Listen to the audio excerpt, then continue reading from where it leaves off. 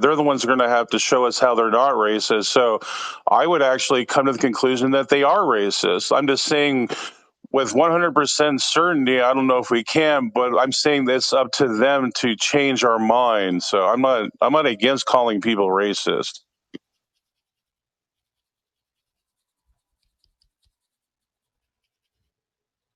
I thought Veckel was in here somewhere.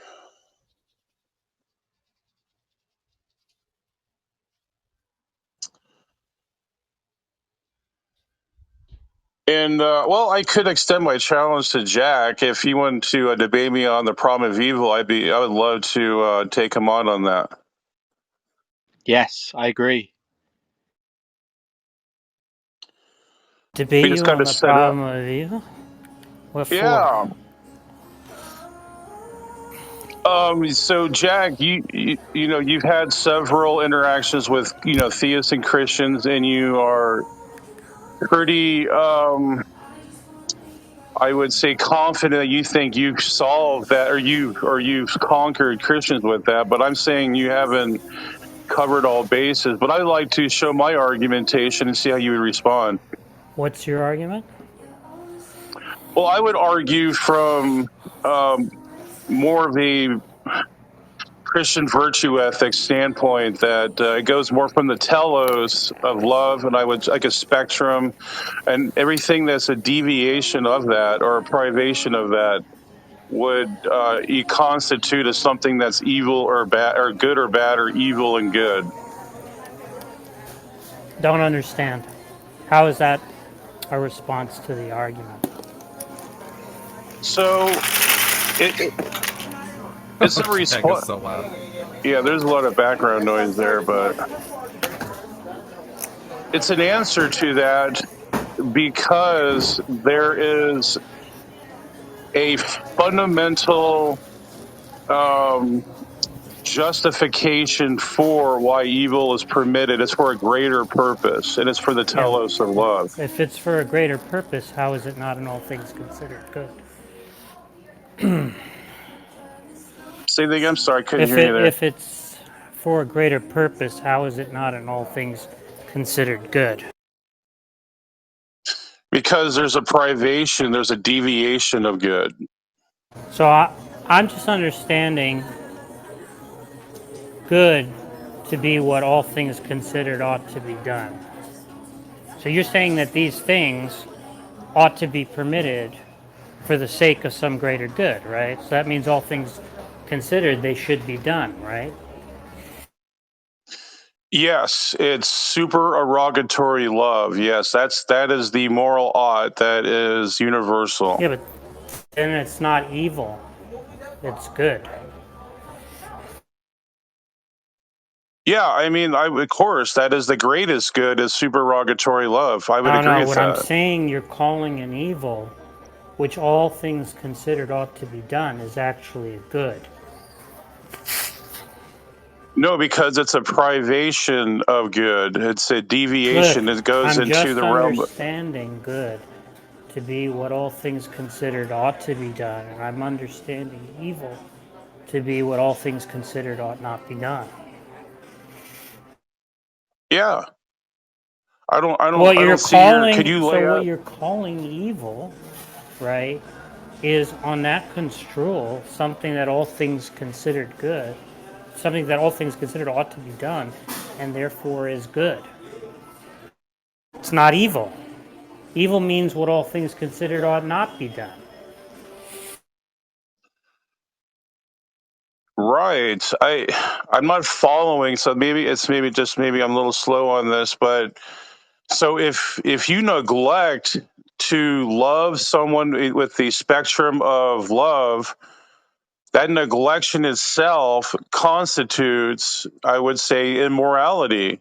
I don't see how that's problematic. Do you understand how the problem of evil argument is generated? Right. So, I mean, you can go down the Euthyphro. I mean, we can go down that route, but there's different routes you can go down that. So, are you trying to? So you're not going down the Euthyphro, right? You're going through another. Is that your argument? No, but if you don't know what my argument is, I don't understand why you wanted to debate me on it.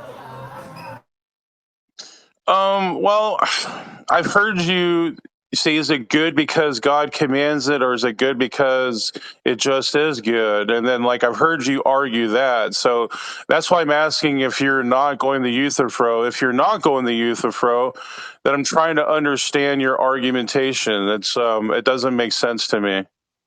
The Euthyphro dilemma is not the problem of evil. Well, it's an implication of the problem of evil that I've seen you focus on. So, yeah. So, if you could lay out the issue when I brought up my argument, so what is it that you're trying to target it on and hone in on? And so, like, what is your objection to that? Objection to what you said?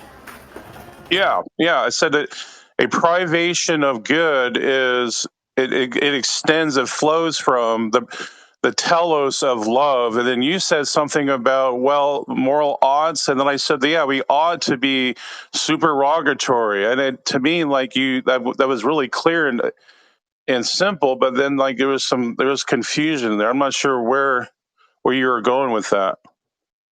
Well, I was just saying that nothing that you said was addressing the argument. Okay. So is there a name of this argument that you're trying to employ, or is this something that you do? Like, is this your own argument that you No, made it's not up? my argument. It's called the logical problem of evil. Okay, the logical problem of evil. Okay. Well, I mean, the challenge is still extended. If you want to engage with that, I'm more than willing to.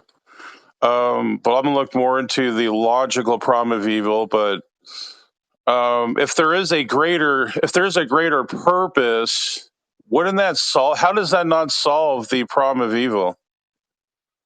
Well, it means that there's no evil. No, it just means why it's permissible. Why evil's permissible. It doesn't absolve. Saying that it's permissible is saying that it's not something that all things considered ought not be done, which is what evil is. Yeah. I'm trying to digest what you're trying to argue here, but Wait, when you said yeah, did you mean, was that just like a verbal tick, or was that like an agreement? maybe a tacit agreement. But well, then you don't. Well, then there's not a problem of evil for you because there's no evil.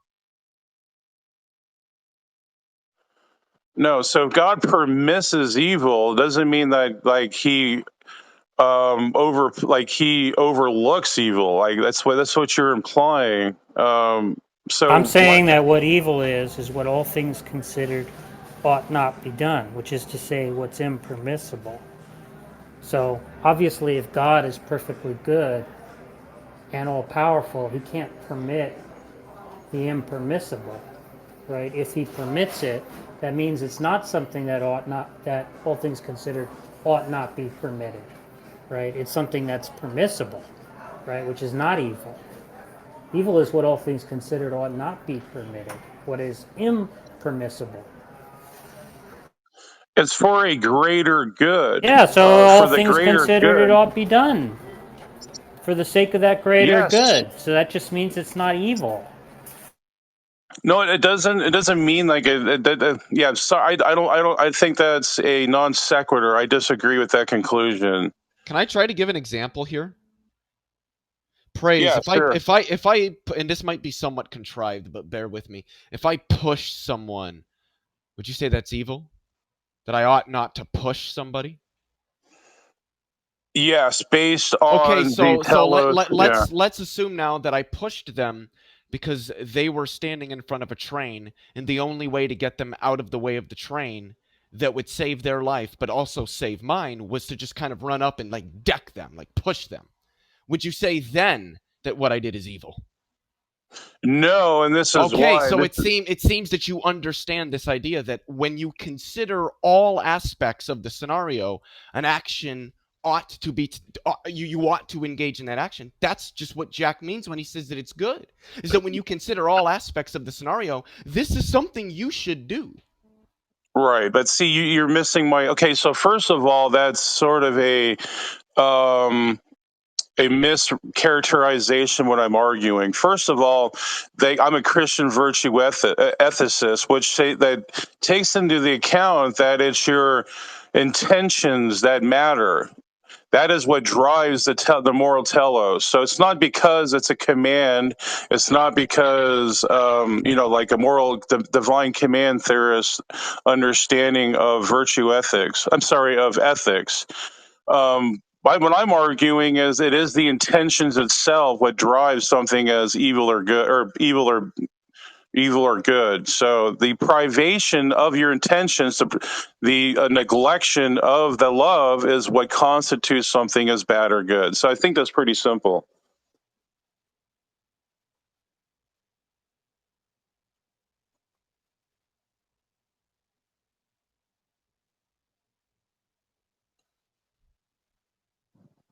So God permisses evil people or evil actions or evil, whatever you want to call it, evil acts for a greater good, and that is for, I would say, the idea of mercy, grace upon every individual.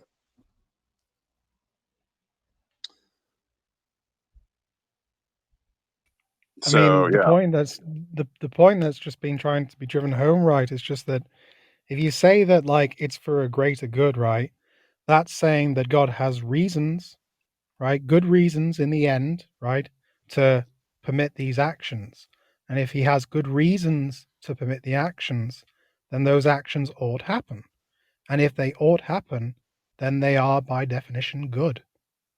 That's what's being said. No, because it's a category error. It's a misappropriation of who. So God has a greater purpose for why He allows it, but not for us. We're the ones who are accountable and culpable for our neglection or deviation of what is loving. God, by nature, is already perfectly loving, so He's not under the same conditions as us. So I think that's it's a category error there.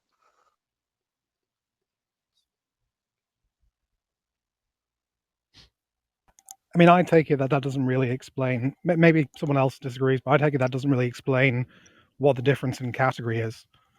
Like, why is it such that because God is all loving that we don't?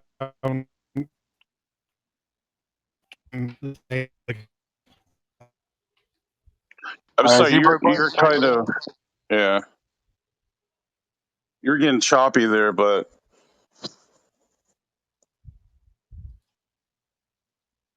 Hey, sorry, was I audible for that? I don't know if I came through.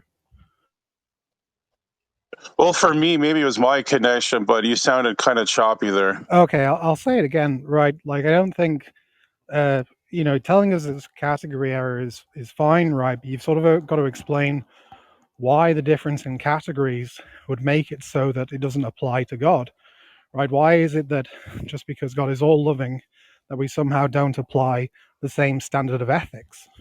Like, I mean, like Okay. this was in a conversation Jack had, I think, with someone else the other day, right? It's if you saw someone coming to harm, right? You saw an old lady about to be pushed into the middle of the road, and you could stop it. You would think that you have a right to stop it, an obligation to stop it. So, like, why is it that like you don't think that God has the obligation to stop the old lady from being pushed into the road? Like, what's the difference? Well, first of all, God is the governor of morality. Humans are not. We're under His governance, so that's why it's a category error. Part number one, and number two, that the reason why God would, I would say, to stay hidden, divine hiddenness, is to protect the volition of his creatures, that if he imposes himself on someone's will, that would be itself a type of rape, and he will not rape someone's will. And I know that'll probably really trigger John, but that's good because Calvinism is garbage. But hopefully that answers it. I mean, no, I think that just brings up a bigger problem for the theist. Sorry about the traffic. Well, So I think that just brings up a bigger problem for the theist, right? So you're saying that, like, it's good, like, part of God's nature is that it's good that he doesn't interfere, right? That he doesn't rape the volitions of other people's wills, right? But, like, it's in the circumstances where we say that you ought, do something, like save the lady from being pushed into traffic or whatever, right? That it is in fact bad not to violate volition there. Well, are you saying that there's other? Are you saying this is without human agents around, or like I'm trying to figure out your scenario here. This is in the scenario where, all things being equal, you could do something about the situation, right? That you could change the outcome of the situation. Okay, so I mean, my question is there other people around this person getting into traffic? Like you brought up a scenario of someone going into traffic and to help them get out of the way, but are there other human agents around this person or not? I don't know why that would matter. Like, no, yes. It What does difference would it matter. make? I mean, it's a huge matter. It hugely Why does matters it matter? because we are in the image of God. We're his image bearers. So we are agents of him. We represent him. We are representatives of him. Therefore, we ought to do. Wait, we're representatives of God? Yeah. Yeah. Are you saying, like, morally we're representatives of God? Yeah. Yeah. So, if I saw a woman being raped in a back alley behind a dumpster, ought I stop that from occurring? Absolutely, because and stopping that from occurring, I'm going to have to violate the free will of the rapist, correct? Oh no, because you're just stopping them physically. Then if God stopped the rape, why would he have to violate their free will then? Especially given he's an omnipotent being. If I don't have to violate their free will to stop it, then certainly it's a an non omnipotent being sequitur. shouldn't. How is that a non sequitur? It is, because might doesn't equal right. You're saying that I didn't say that. I don't understand. You how just that's said he's an relevant. omnipotent being. Why would you mention that? That's called might. You're trying to argue that I can stop a rapist from raping without violating his physically. Free will, but then yes, you're claiming, but then you're also claiming that God doesn't do the same thing, because in order to stop it, he'd have to violate their free will. How come I have the power to stop? Hold on, I haven't finished. Okay. How is it possible that I have the power to stop a rape whilst not being a maximally powerful agent without violating the rapist's free will? But God doesn't, being a maximally powerful agent. It just doesn't follow. Okay, well, so let me just, you had like a shotgunning of different claims there. So let me try to get each one here. So first of all, if God changed the mind of someone, that is not the same thing as a human tackling someone. Their mind is still. I never said anything about changing minds or tackling, so I don't know how this is relevant. I'm trying to make that distinction. Are you responding to what I said, or are you constructing? Yeah, I am responding. Yeah, it's a valid response. That even if a human agent tackled someone and stopped a rape, they would still be in that mindset of rape. That wouldn't change. But if God did it, it ought to be done, right? It ought to be done to do that in that instance, right? As a human agent, that's what I'm saying. It's a categorical error. So then what's the disconnect from a human stopping a rape and God stopping a rape? Why is it good for a human to stop a rape, but not good for God to stop a rape? Especially if we're moral representatives of God. If we're moral representatives of God and it's good for us to do something, then I don't understand how it wouldn't also be good for God to do it. I already mentioned that, because it would be a rape of their volition. You're not changing their volition if you tackle them. But you said that the human does that as well. But you said that it's good for the human to do it, but it's not good for God to do it. Why not? Yeah, because we can't change the mind. Their mind is still in a rapist state. I don't understand what that even means. So their psychological state is still, it's probably going to be I don't understand what psychological state even has to do it with has this. everything to do Can with you it. explain how? So if God changes someone, he doesn't tackle him. He's an immaterial being. So he would Yeah, but have God to could tackle them, though, couldn't he? an invisible tackler, like What do you mean invisible? God could manifest as some God like is a spirit. random human being, but God is omnipotent, right? God could manifest as some random. He's sovereign over natural reality, isn't he? God could just manifest as a physical person and tackle the guy. It's good for a human to do that, but it's not good for God. But we're moral representatives of God. Like this does not at all follow. It doesn't follow that God is obligated to stop someone. That is, yeah, but we're obligated follow. to stop them, and we're moral representatives of God. I'm not understanding where the disconnect between us and God is. The disconnect is he's not under the same conditions as humans. So let me explain why. So let's just say God did physically manifest and stop someone from raping someone else. Then is he obligated to stop the next one, and then why not stop at rape? Why not stop at just having an evil thought? Does God? What if you think I want to murder that class tomorrow in that school? Well, is he supposed to jump in and stop your thoughts? And what if you stub your toe and say, "Well, that was unfair, God. You should have stopped that toe stub." So where does it stop then, Leophilius? So it stops. I would It say stops it when stops God. at there being any evil. Why wouldn't you? You're right. Why wouldn't God have just instantiated a world in which no evil occurs? That's kind of, at least in some ultimate sense, the point Jack was trying to get to. Well, I can respond to that. So he allows evil because good comes out of it. And then you're going to say, well, how does good come out of evil? Ought to occur, and then they're just not evil. Let me finish. So people can overcome. They can be heroes when evil presents itself. They can overcome. So there would be no overcoming. There would be no testing and trials. And soul. It's called soul. It's a soul building theodicy. If you ever heard of that, it's for soul building for the eternal afterlife. So there are goods that come out of allowing evil.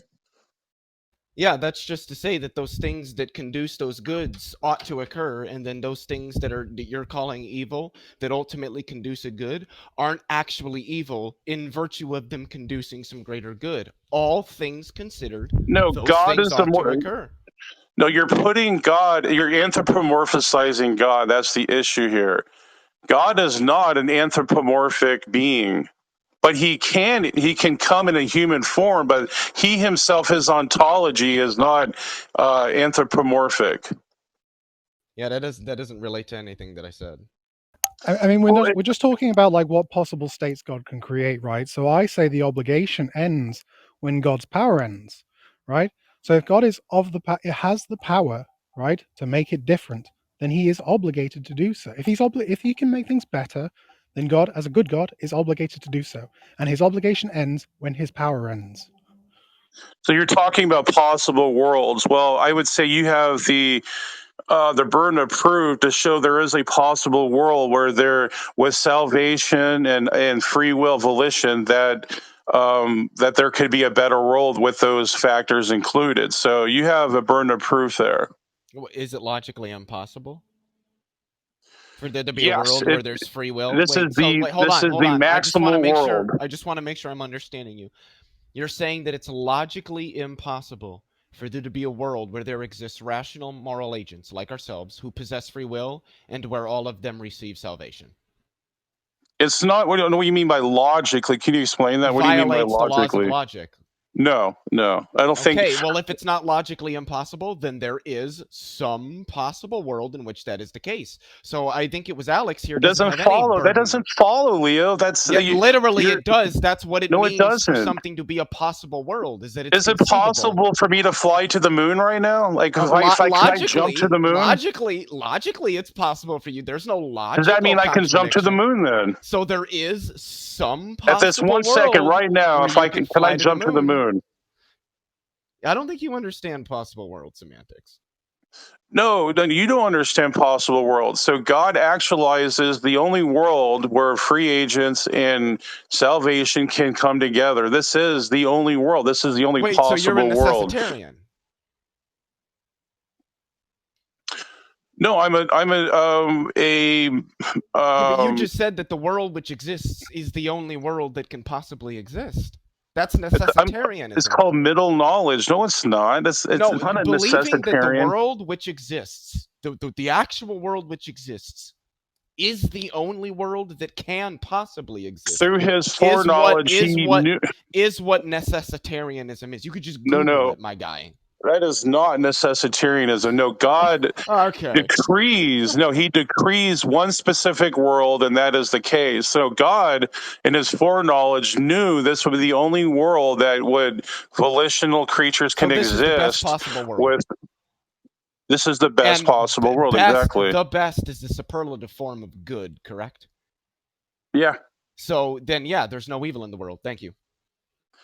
No, it doesn't follow. How do you come? What is that like? You tried to you try to inject that in there. It doesn't follow. That's a non sequitur. Just because God allows the best possible world, doesn't mean that it's excused or it ought to be the case. That it doesn't follow. No. Well, let's give Leo the chance to explain how it follows. I'm gonna be honest. I'm laughing too hard to do that. Just give me like 30 seconds. Yeah.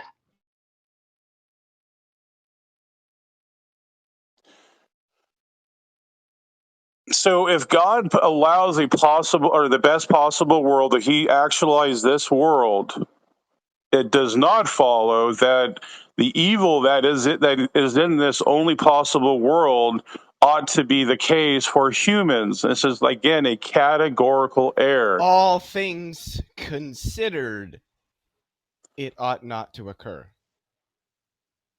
That's what you're taking to mean evil, correct? Yeah. Is there anything in the actual world that all things considered ought not to occur? A deviation of the telos of love. What does that mean? So anything that doesn't comport or align with the perfect loving nature of Jesus Christ, because he is the telos of, I would say, the standard, the measuring, I would say, the measuring stick of what is good and bad, which is, again, it's more in a spectrum. It's not like in commands or propositions or anything like that. But if you don't align, if you deviate from that telos of love, which is what aligns with Christ, then you are in evil or sin, or however you want to express it. And you're saying that all the deviations from that which occur are ultimately justified in God's eyes? Why he permits it, yes. Yeah, you're just saying that there is no evil. You're just saying that with respect to God's perspective, which is all things considered, from a perspective where you can consider all things, these things ought to occur. No, it doesn't. See, again, you're just you're overreaching your bounds. Like you go from one, you just assume Your these things and you just don't jump even to make another. any sense. Like, I'm sorry, but I'm not understanding what it is you're objecting to. So what I'm objecting to is that we are not under the same conditions as God. So why are you saying that these are permissible as far as getting, like, what do you mean permissible too? Like, are you saying like God just overlooks it and then he just turns his face, something like that? Like, could you expound upon that? Something's permissible if it ought to be permitted. No, permissive just means he allows it. Wait, that doesn't you're mean gonna it's ask me what I mean by permissible, and then when I tell you, just say no? Yeah, I'm correcting. I'm giving you a correction. So what you think that it means for him to permit or allow something means that he thinks that is morally permissible. No, it doesn't follow. That's a false distinction. So just because he allows it in his decreative sense does not mean that he prescriptively. So this is where you're conflating prescriptive will, decreative will, and then his there's one other will out there I can't even think of, but there's usually three or four different wills that God has. Yeah, regardless of which will it is, God has justifying reasons for permitting these actions, correct? Yes, he does, and it's for a So greater good. and the greater good justifies the actions. Where one would say X No, not to occur, we can say that, well, with respect to Y, X ought to occur. Y justifies the occurrence of X. So no, then because he X doesn't ought to occur prescribe because it. that's how we get to Y. It doesn't matter. But no, He's the got greater justifying good, reasons. but see, you're missing the point. The greater good is rooted within God himself, not in people. Sure, I can grant that. That's not detrimental to the argument.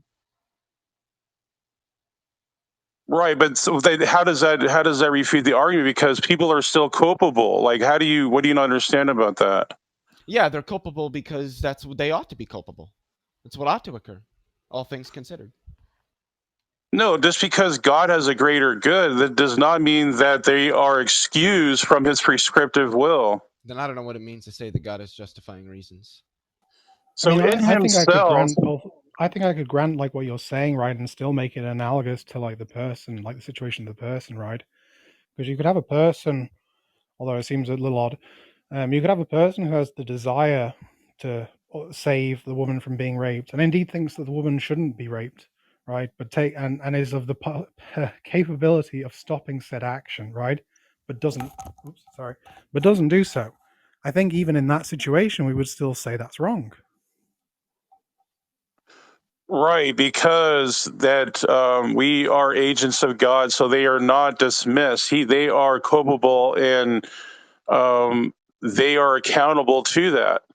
Now, I think I given reasons why God would not do that, because he would impose himself in reality, and eventually there would be no reality at all, because reality operates off of human choice, volitional acts. We go to the moon. That's a choice. That's an act. We can do right or wrong, etc. Yeah. Do we get our morality from God? Yes. So if it's moral for us to do something, then that means it's moral for God to do it, right? It's still, there's a distinction there that God is not operating in the same conditions as humans. Doesn't matter. It does matter. If we get our morality from God, I don't know what it would mean to say it's good for us to do something, but it's not good for God to do something, but we get our goodness from God. Because he's sovereign, he is not required to do this stuff. We are not sovereign. We are accountable to the sovereign. Do you see the distinction? There's a creator. That doesn't matter for what I'm asking. It does matter though, because you're trying to understand what it would mean for God to say this is what it means to be good, but only for you and not for me. So I mean, at that point, I would just say the morality would be completely arbitrary. Then God can just pick and choose what's good and for whom. I mean, if that's what you want to say, then sure. No, God has knowledge. Let's just like say there are acts out there where God might not jump on someone and stop that, whoever they're doing, like a murder or something. But like I was saying before, those very people that are committing that crime, he's allowing that for a greater purpose, and that is that he might have mercy. Justifies it, right? That justifies the occurrence of that action. Right, because he's the instantiator it makes the of action that. Good. Just like I push somebody, that's wrong. But I pushed It them doesn't make the to action get them out good. of the way of the train. No, justifies no, it doesn't. Justifies me pushing them, such that pushing them, all things considered, is actually good.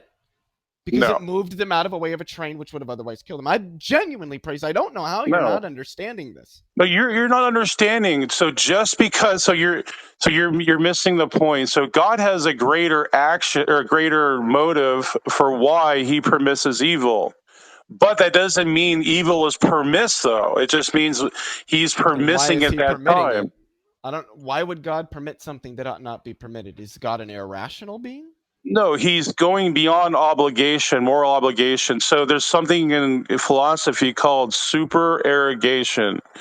It means to do an act to do something that goes beyond obligation, which is good. So he's doing. How could God do that? Wouldn't God always only ever do what So he ought to let do me in any finish. I was going to situation? explain. So if God did not allow it, then he would immediately need to punish every sinner doing something that's bad. So there would be no humans on earth existing if that was the case, because we all have sinned, and therefore, like if he was going to do what was You're just obligated, reiterating which the problem. You're not answering it. You're just no, I am reiterating the answering the problem. problem. I'm No, you're saying not. like You're just saying that sin exists in the world because God wants it no, to. no, And no, you're while not God following. You're wants it not to, then he's following. got justifying reasons for allowing it, which means that No, ultimately it's not you're not sin. following, Leophilius. You're trying to now muddy the waters. So first of all, Sure. God goes, like we even see it like the third time, he goes beyond obligation. So he permits it. That the reason why What does that so the mean? fact that he goes beyond What does it obligation mean for a itself is perfect being? I supererogatory. don't know how a perfect being can go beyond its obligations. It always does its obligations God is to the obligated fullest to extent. punish and be just. So do you agree or disagree with that? To punish and be just? Yeah. So to be just, you need to punish. Do you agree or disagree with that? In certain instances, yeah. So that's what a just government does. It punishes transgressors.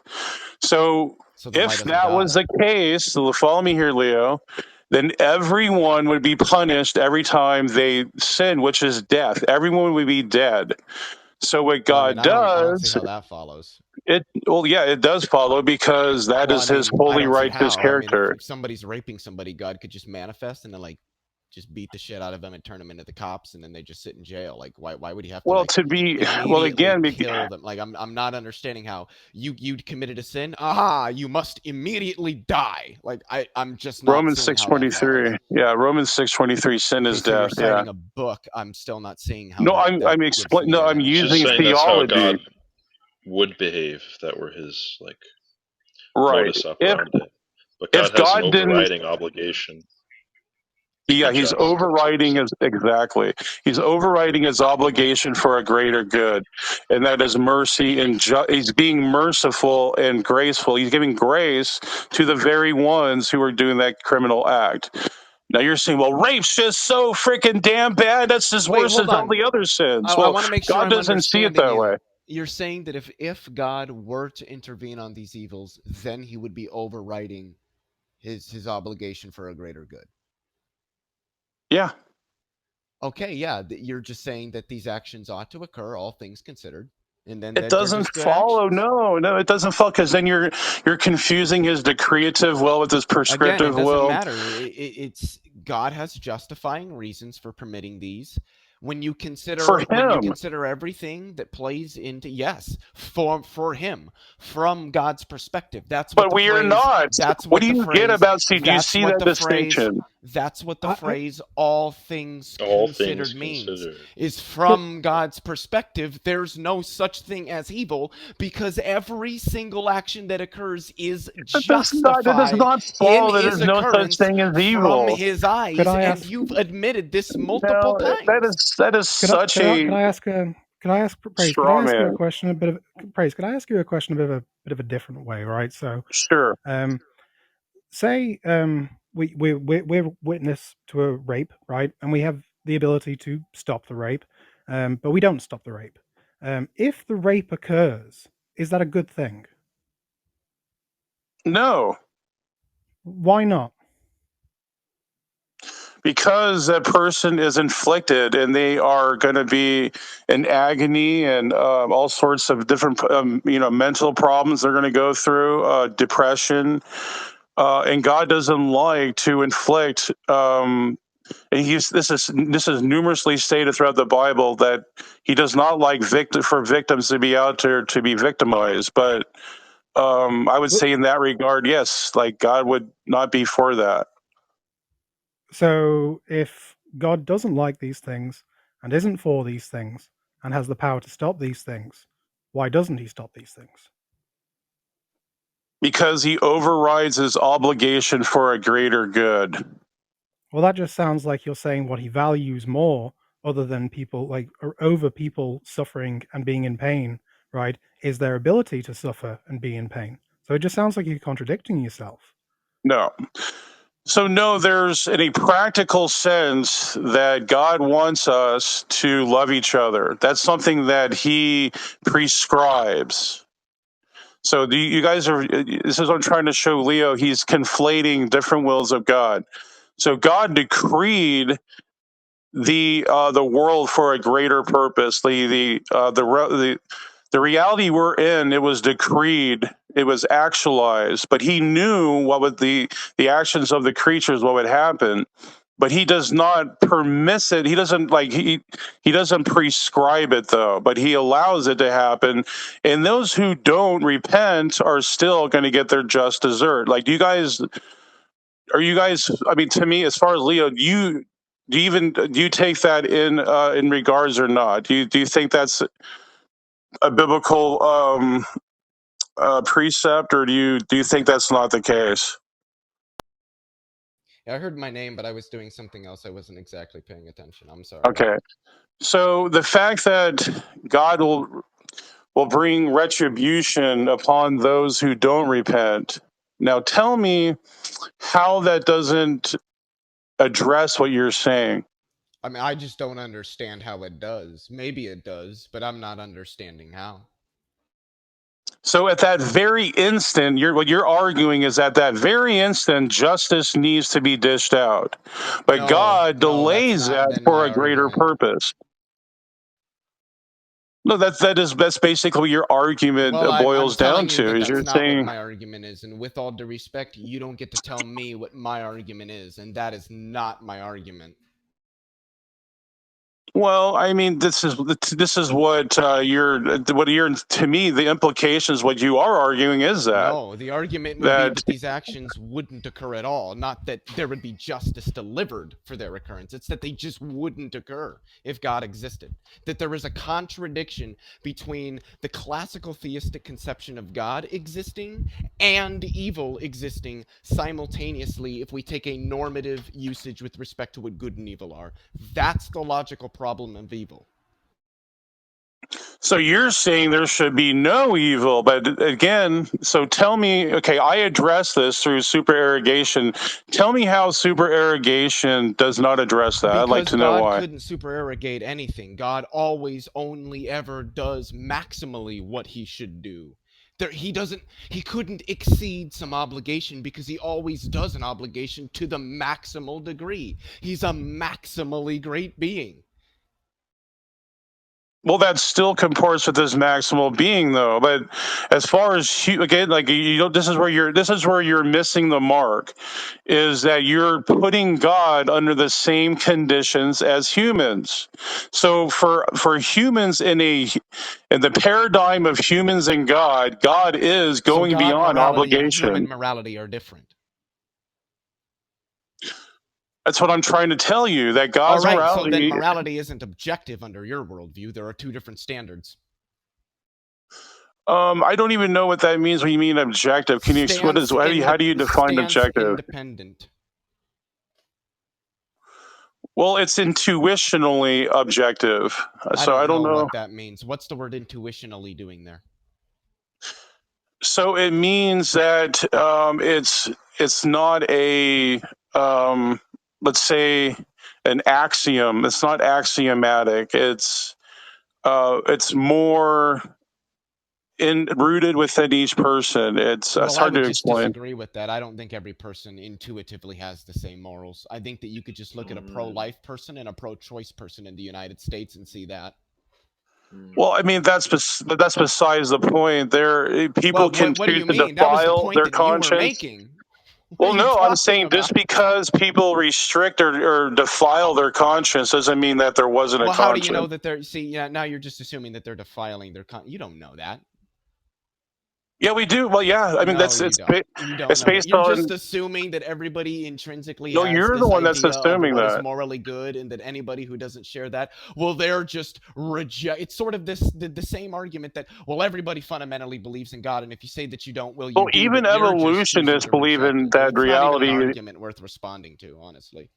Well, no, just because it's just an argument for an incredulity. I can't imagine that there's a conscience. Well, even evolutionists concede that there's something rooted within us, as far as morals are concerned. So I think that's a pretty I don't think pathetic Well, I'm argument. not going to go down that road. Leo's disagreeing yeah, with that. I'm just going to shut up.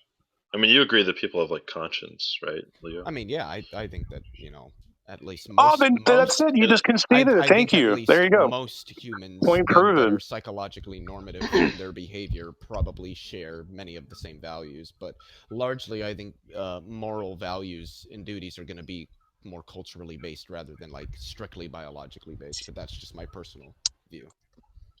Thank you for conceding. Yeah, you just made my point. So yeah, you just refuted yourself. What did Leo concede? Why? That humans have a conscience. Now, if Leo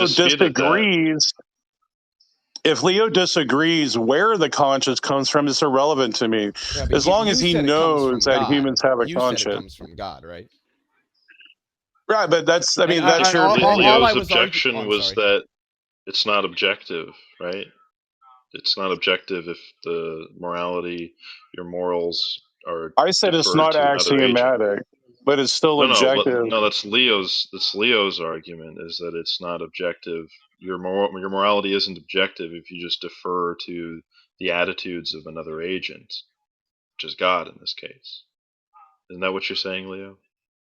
Effectively, yes. I asked him if there's a difference between God's morality and ours, and he said there is. And then I said that, well, then there's effectively two different standards one could adhere to. I don't understand what it would mean for morality then to be stance independent. Exactly. There are multiple stances you could choose from with respect to determining what is moral and what is not. So, I mean, Praise can make that argument, but then he can't argue that his morality is objective thereby. Well, I think you made my point that there are people have consciences, and that is universally recognized. No one would think that humans are not moral creatures. I think that would be pretty retarded to argue that. How does that make your point? Leo's point is that what is your point?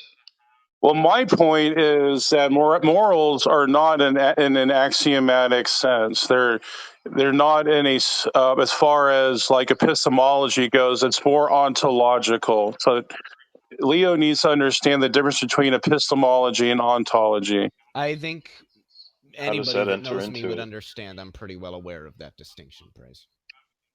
It enters into it because the nature of morality is immaterial. It is innate, and it's something. It's introspective. What I'm not understanding is that you're saying that humans get our morality from God, and to me, what that means is that there's going to be a symmetry between the morality that humans have, what humans think is good and bad, and what God thinks is good and bad. But it seems to me, at least thus far in the discussion, that you've been arguing that there is some sort of asymmetry between what humans think is good and bad and what God thinks is good and bad. So all I'm pointing out is, I don't know if I would use the word contradiction, but certainly an inconsistency in your worldview, whereby I haven't finished, in your worldview, whereby you're arguing that we get our morality from God, but then there's an asymmetry between what God thinks is moral and what we think is moral. No, but I'm saying, yes, there is an asymmetry because God is not univocally predicated. Yeah, then I didn't concede anything. No, we get our morality from God if God's morality is different from ours. I don't understand what that means. That's like saying you got your eye color from your mom, but your eye color is different from your mother's. That makes no sense. So in a general limited sense, because we are not eternal beings. So what I'm saying is that God is the greatest possible being, period. There's no way he could bring past that along, because that would mean there's other gods out there. So when he gives us his morality, it's in a practical sense. It's in a limited sense. It's not in a grand sense. You guys agree with that, right? Wait, so are you saying that God sort of reveals a sense of moral knowledge to us, but his own moral knowledge is significantly more vast than that? Is it something right? God. Because Leo, hold on. Because if that's what you're saying, then it seems that the argument that I was running and that Jack was running earlier would still hold, that when you consider things from God's moral knowledge, all things which occur are ultimately justified, which means that they're things which all things considered ought to occur, and then there's just no evil in the world. We just have a limited moral knowledge and can't realize that, despite it being the case. That's So a but then I the just want that's to an point say this that I real erroneous. think is quickly. sustained I here. just Yeah, want to say this real That's quickly. the missing piece, right, Leo? God commands us to Like they're worship saying Him. there's Leo, an asymmetry do you expect between God to worship Himself? I mean, our is moral this how you knowledge and view God's moral knowledge. And what we're missing, morals, Leo? When God commands us to worship Him, that you expect Him to obey His own command? What the fuck does that? What? oh, great point. this that's unintelligible. You could just we can just skip past You, that, right? no, So the because I heard asymmetry earlier is that God is obligated to His own morals in a sense. Where do you get that from? wait. Wait, who I don't think anyone wants to go down that No, rabbit that hole. who He said Anyone just brought that? it want to up say that God is earlier. not. He's the one that brought it up to Who's the praise. one that brought it up? You, Yeah, Leo. exactly. What did I No, bring no, up? no, no, no, no. Leo was asking the question of what God's obligations are, and Praise said God has an overriding And John, obligation to a John, certain real quick. aspect. Excuse me, to a certain aspect of his nature, right, which is to be just, right. So I don't think you want to go down that rabbit hole to where God is not uh, obligated by anything in his nature. If you want to say God has no obligations, then there's Right, nothing that's a that's good point, John. Like, are you guys saying sense determining that what God does. is God under the same obligations as humans? Yes or no? Well, no one, I don't think has to. I heard them earlier say yes, at least Leo anyway. That's exactly what I heard. Well, no, Exactly. I That's what was I But saying gathered no, something too. along no the one lines said that the that. I Wait, was real saying quick. something. And John just said that God is not even obligated to his own morals, whatever that means. So I don't think His own commands. anybody wants help from John on this. What'd you say? Why would God be obligated to His own commands? In a sense of worship the Lord thy God. Why would He command Himself to worship We're not Himself? talking about God's commands. We're talking about his Did not morals, Christ pray to the Father? if he has them. No, look, you don't get to just smuggle commands in here. We're talking about where God's obligations arise from, if he has any, right? If he has no obligations, then there's no rhyme or reason to anything that he does. Why would not the commands come ontologically grounded from His own nature? Of course it can. The question is it? It seems to me that's exactly what Praise is saying. Yeah, that's exactly what I'm Okay, saying. that's fine. You can say that, right? So the question is God morally obligated in any sense? Is he obligated by his own nature to uphold His own any moral commands? standard? His own commands? That's ridiculous. No, his nature. Obligated to conform to His own nature? Who acts outside of their own nature? That's ridiculous. Yeah, to me Mm, that's incoherent. So Actually, then God does conform to his own moral nature. well, it's just yeah. You could use the word conform. The point is like there's a moral standard, right? That's uh, unable to be deviated from even by God, or else it wouldn't be the objective moral standard which you're claiming is grounded in God. Yes, but the commands are grounded in His moral nature. That's and these commands are for His creatures, right? Yeah, but I would say that it is a form I'm of only obligation. addressing the point that God is obligated to abide by His own moral nature as well as representing His commands, which is what we are to obey. Yeah, are you saying he's not obligated to conform to his own nature? God is not obligated to worship Himself. I didn't ask you if God was That obligated to is the worship number one himself. I asked command. you if God is. In fact, the first four Well, no, commands deal with I God didn't. Oh, directly. why are you smuggling in commands here? We're talking about God's nature. I Or asked you if God is obligated. Hold on, hold on. Just think about what I'm asking you. I'm asking you, is God obligated to conform to his own nature?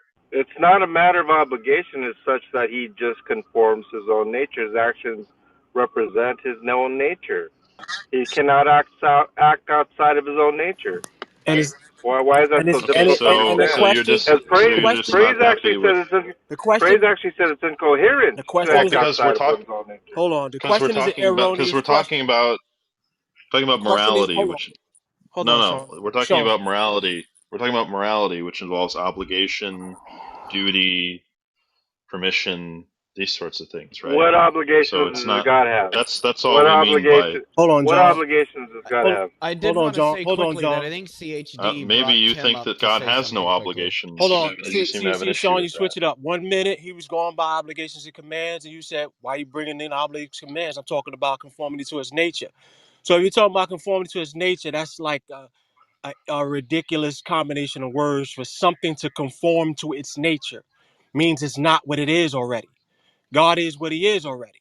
So now the question is, as you said, So God conforms to where his do the nature. commands, the morality for us comes from? And in the theistic worldview, if not from the theos, the God, then where? This isn't really helping because the point is we're talking about morality here, and morality involves desert, right? It involves like duty, obligation, permission, Yes, oughtness. yes. So is God morally obligated to uphold his own moral standard and follow through with the greater good? Where would the obligation for a being who is the ground of being morality come from? Where would the obligation come from? Exactly. I mean, I would I say that have no idea. there's lots of Exactly. places that it could come from. If you don't think that there is no obligation, then I fail to see how I'm asking. morality is. I'm asking. I fail to see how God's morality is objective, right? I'm God is the asking where would it come lawgiver, from? right? And so you're saying Yeah, that the but lawgiver has some sort of obligation? He has an obligation to give the I laws. don't see why not. Well, if he has any obligation, any moral obligation, then I could see how he's a moral being. If he doesn't, I don't see how you get moral obligations from an amoral being. Yeah, There's no you moral. If assume God isn't morally obligated by anything, then how are we morally obligated to He's a standard of that's almost like morality. Exactly. asking the king in the kingdom can give his subjects commands, but if he can't Why do have we it keep himself, going to commands? I don't get this. right? Yeah, So yeah. If look, so if the king is like moral, then the king is obligated to right, follow, whatever moral right. standard he's And obligated on the to. second part, So that just the question, and on the second, the sorry, question is like, on the is second God part, a moral? The question is God a moral agent, or isn't he? Like, if he is, then he has moral yeah, obligations. If he isn't, then he does. Then he doesn't. and Like, but is that also what you want to say? That God's not a moral agent? yes, but also you assume that all the You obligations want to the say yes, subject God is not have. a moral agent? You So assume that all the where do you get obligations. obligation? Hold on. You assume that all the obligations the Just subject has asking. are exactly the same as the king. The king has Exactly. certain obligations that the subjects don't have. That's what we're asking, though. We're just asking if there's any obligations, right? It seems like you want to say, on the one hand, Well, there's no obligation. On well, the if, other if you're hand, a God moral if you're a moral as a being, moral right? agent, and he does have Yes, obligations. That's yes. the only question. If you're a moral being, obviously you have a moral nature, and you are expected to act according to that nature. Now, Okay, good. you Is assume that is you that God? assume you. Does Here's the God fall thing. into that category? God is pure Here's the thing. act. Like, Here's, yeah, here's the Okay, thing. so God's not a moral agent. If Okay, God got is it. an unchanging, perfect that being, we doesn't don't need to follow. ask that question. If God is an unchangeable, perfect being, we don't even need to ask that question. He is Right. always doing what he is to do. Yeah, God always does what he ought to do, all things considered. And if he created this world, then everything that occurs in this world is, all things considered, what ought to occur. There's no evil in the world. That doesn't necessarily follow because that's like saying It does it. Yeah, Yeah, that exactly. does It's a not non follow. sequitur. It's that's a non I sequitur. keep that's hearing like how it saying doesn't follow, but then I don't because the hear an argument subjects. for why. That's like I'm gonna use the analogy, king and the subjects again. That's like saying if the subjects, that's like saying if the subjects in the kingdom, because they have more ability and they have the ability to act right or wrong, their wrong actions are attributed to the king because the king is over the kingdom. No, no, that doesn't follow. We Each said What? the one What? has their own right. ability to do. They're free agents. That's That's the not the whole point point. of being free God agents. does not prescribe evil. What do you guys understand about that? What Nobody's is so saying that hard God to prescribes understand? evil. Does Well, God yes, you are. No, prescribe? we're You're not. saying the moral Does God laws are a prescribe prescription. anything? Yes, you are. So that's like you have I'm children. not. You keep telling your children what not to do. They keep doing what you tell them not to do. Who's to blame? You, right? Because right, you set rules in your What? house. You keep here's the thing. This is that you keep So attributing God's to blame? some type. That's what you want to do. You want to say because the subjects, the creatures, have the ability to do wrong, and when they do wrong, therefore the creator is wrong, or at least they go hand in hand. And I'm saying, how do you get that when you have the ability to you have a situation where even in a household, a parent is constantly telling children, laying down rules, what to do and not do. They continue to do what you tell them not to do. Now who's to blame? The child or you? You made the rules, right? They came through you. It's not an exact analogy, I get it. But they came through you and you made the rules. They keep breaking them though. But you're to blame. That's what you're doing. That's what The you're doing. You question want to tie is, I your mean, behavior. Go ahead. we can ask that question, but the question is, does God have any moral obligations? Is that like asking, is God subject to another God? Like, it doesn't make any sense. Oh my God. Well, no, he could be obligated to himself. The point is, if he's a moral agent, he has to be obligated to something. Yeah. As a moral agent, he tells his children what to do. That's his obligation as far as morals are concerned. Not to obey his own commands to his own children, to obey himself. I That doesn't never even said make sense. anything about that. The point is that like, So if the he has any obligations are moral, different. The obligations are different. they can be different as long as he has obligations. Then I'm happy with He that. has obligations to Then give us. you can He has obligations to give us just and moral laws. right. But so the question is, um, what exactly is it that guides? Praise keep telling Yeah, you his nature. that's fine. Praise keep telling you his nature. That's Um, his guide.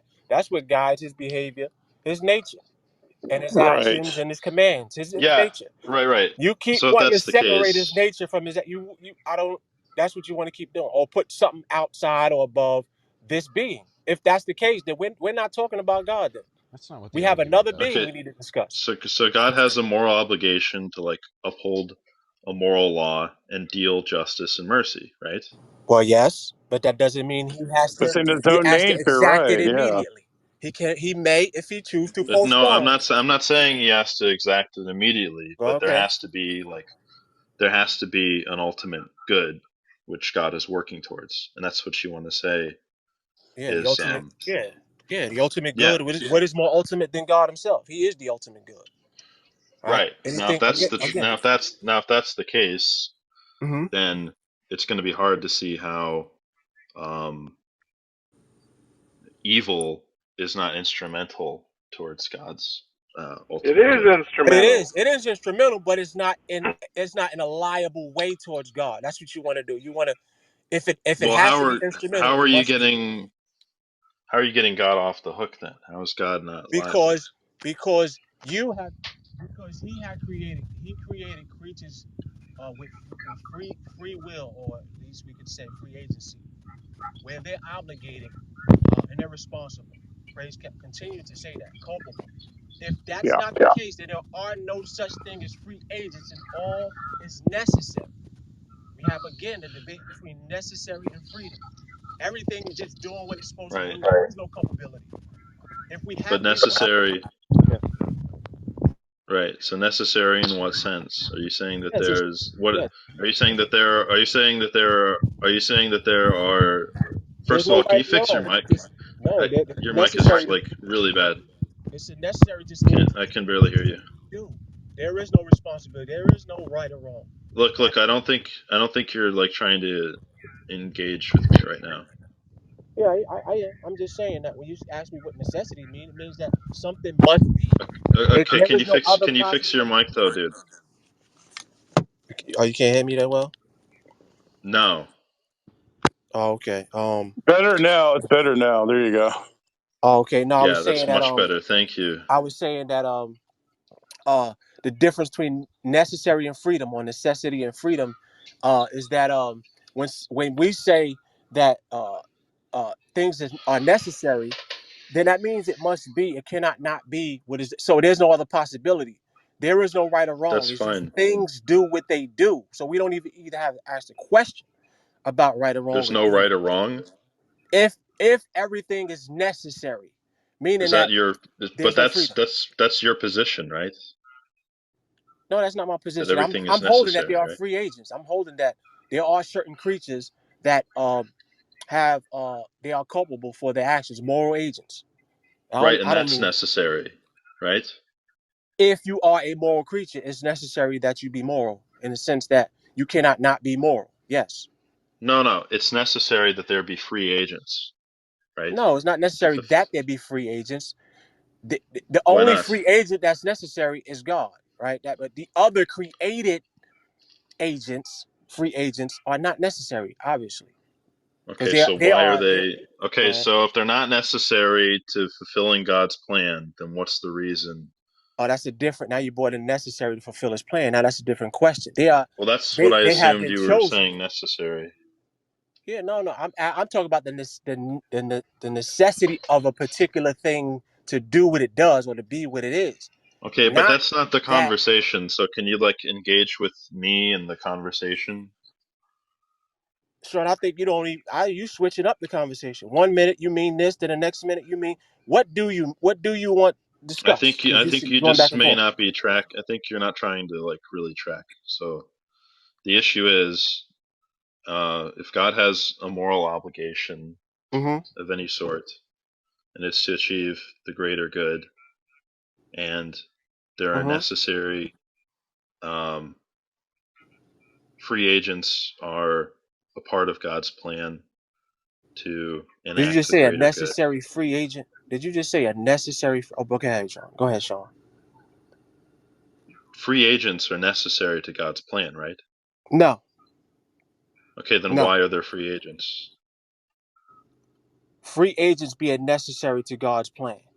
You a minute ago wanted to say, are is evil My instrumental in the understanding was overall that free purpose of God? agency is the reason that there's evil, because God allows free agency, and God Yes.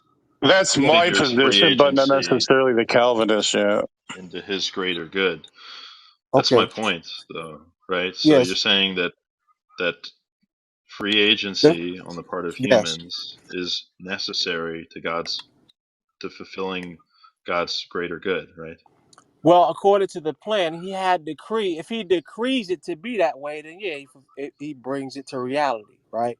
Through his own actions and through the actions of others.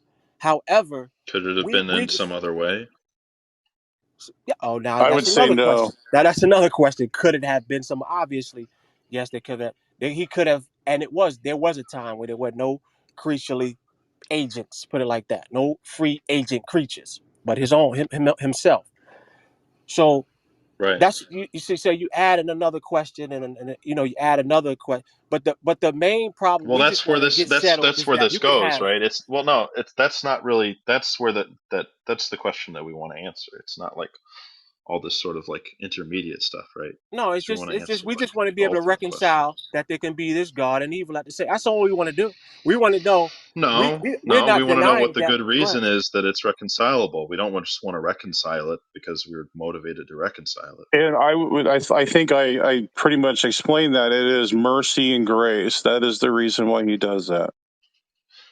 Right. So the question is, how then, if there are necessary, Or if there's justice necessary, or justice. if evil is necessarily instrumental to fulfilling that goal that God has, then how is evil not all things considered good? Yeah, you have objects of mercy and wrath. So it's not just grace and mercy; it's also justice as part of it. But at the end of Exactly. the Too. day, Yeah, they that's a good both. point. But at the end of the day, all of it is to the glory of God. All You right. see, So that's what Right, every we time want you to which see. get would to that mean that it's point, all Sean, they things don't have an considered answer. good, right? Because No. All things we're meaning justice, considering John. All things No, being justice. we're considering all things. We're considering Right. justice. We're considering mercy. We're considering But good, and we're considering evil. Right. right. Right. So what I'm saying, Sean, is when God judges, it is justice. It is that justice which is good. Now, what is justice? Justice is wrath, getting what people deserve. It is the wrath of God. It is the judgment for what? Evil actions. If you're not trying to call that all things considered good, then it's not the case that God judges that which is evil, which is just, but that which is good.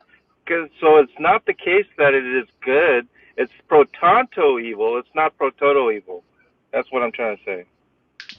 Yeah, so we want to say that if it's all things considered good, that God judges the evil, right? Judges the wicked, Right. then it's all things considered. Then all the steps that are necessary to enact that justice are all things considered good. So Right. All the the acts things, themselves all are the evil. things are not good. Right. Yeah. All All the the acts What? things that what Wait, themselves are what? evil. The acts Wait, what? themselves are evil, but the Well, judgment is good. right, That's right, the that's your difference. right. You're trying to say the Well, actions are good. that's your claim, right? But the point is that without those actions, you don't get that ultimate good, right? So how are those actions Well, good? that's the thing. It's not dependent upon those actions because God could be Well, merciful, it's not. right? And so God could permit that which is good as well, right? And so all of those things, that whether a person does good actions or evil actions, it doesn't matter because ultimately God permitting it for His glory is a good thing.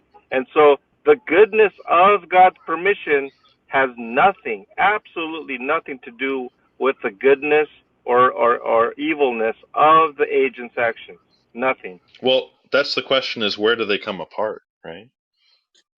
So, are you guys squawking about the chronology of God stopping evil? Is that what you guys are really No, no, no, squawking no. about? It's not about the chronology. It's about necessary and contingent connections, right? Either these connections are contingent, they're not necessary for completing God's plan, in which case, you might have an argument that those things are all things considered evil. You might have an argument that they're necessary, right? Like that God is incapable of preventing them, right? But if Yeah, it's not the case, it's never then all things hold considered evil. on, right? If that's not the case, that they're or if it is the case that they're necessary, right? Then they're going to be considered necessary to the greater good, which means they're going to it's be called it's all called things in considered good, it's right? called in Because they're theology. necessary. It's called in theology a hypothetical necessity. Where only the oh, he only purposed Hmm. one thing to be dependent on another, but doesn't mean that the whole series is necessary. It just means that if there's going to be a saving from damnation, there must be mercy, right? There must be a sacrifice. It doesn't mean that Right.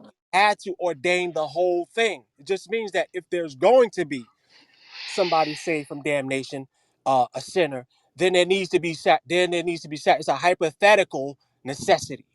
That's what it's called in theology. It's So not the an absolute. question is, are these evils and goods necessary to the greater good or not? And is there a greater evil, or is there just a greater only good? as freely decreed to be so. One thing being uh, um,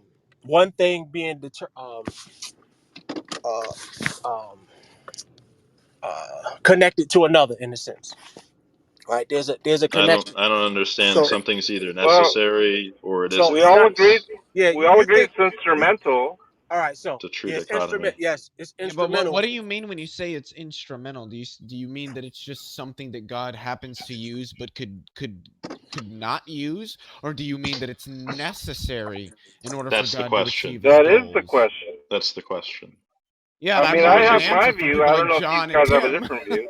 I certainly have my view.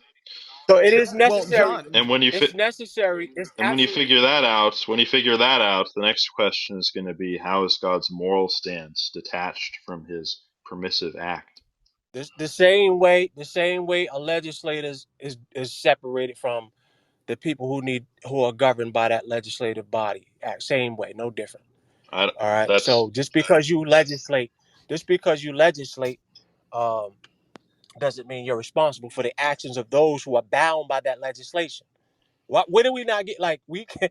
What are we not whoa. understanding that you That's don't the same. necessarily? Wait, so Go ahead. you want to say it's the same as a legal body In putting in out laws that in a sense, people the analogy. If you want, yeah, I'm don't saying, always obey? your logic, right? According to your logic, if it must be the case, it won't It only be in the seems case in God's case. disanalogous. It won't only be the case with God. If you are correct that laws are given by subjects when they're not followed by the subjects must be the wrongs must be accredited to the lawgiver. Like that's how your logic follows. that's not the argument. Well, It won't even be. the question is like, I mean, yeah, it's sort of disanalogous, right? Because the whole point is like, if we had the ability to prevent people from committing all crimes, we would, but we don't have the ability. God presumably has the ability, right? You assume that all people because not only do all people not stop evil, they commit evil. How do you Right. assume that all But people when they it's know not, they can stop it's evil they not, will? it's not, nothing is permitted, right? It's not even This is why allowed. It's just that it escaped. Well, hold on. It's just that it escapes the authority of the legal body because the not legal body necessarily. has limited. Well, just listen, just listen. I'm trying to get my thought out here, right? I'm trying to think this through, right? So the legal body is limited in its powers.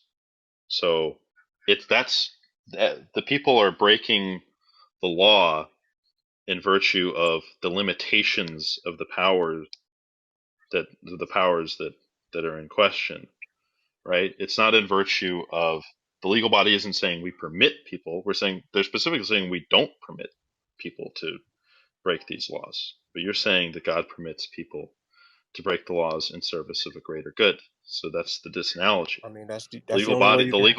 The legal body doesn't permit anything. It What doesn't, legal body and it know? certainly doesn't Neither does do it. God. What legal Neither does body you God. know? It certainly doesn't do it in the service of a greater good. They're not saying we Judgment don't is the greater good. we permit some people to break the Hold law in on. order that they I don't be free from not breaking this Judgment law, to right? hell Sean, is the greater Sean, good. I don't know what legal That's a body contradiction. It wouldn't even I be don't a law if we were saying that people could just break it for the service of a greater good. The greater good is punishment, Sean.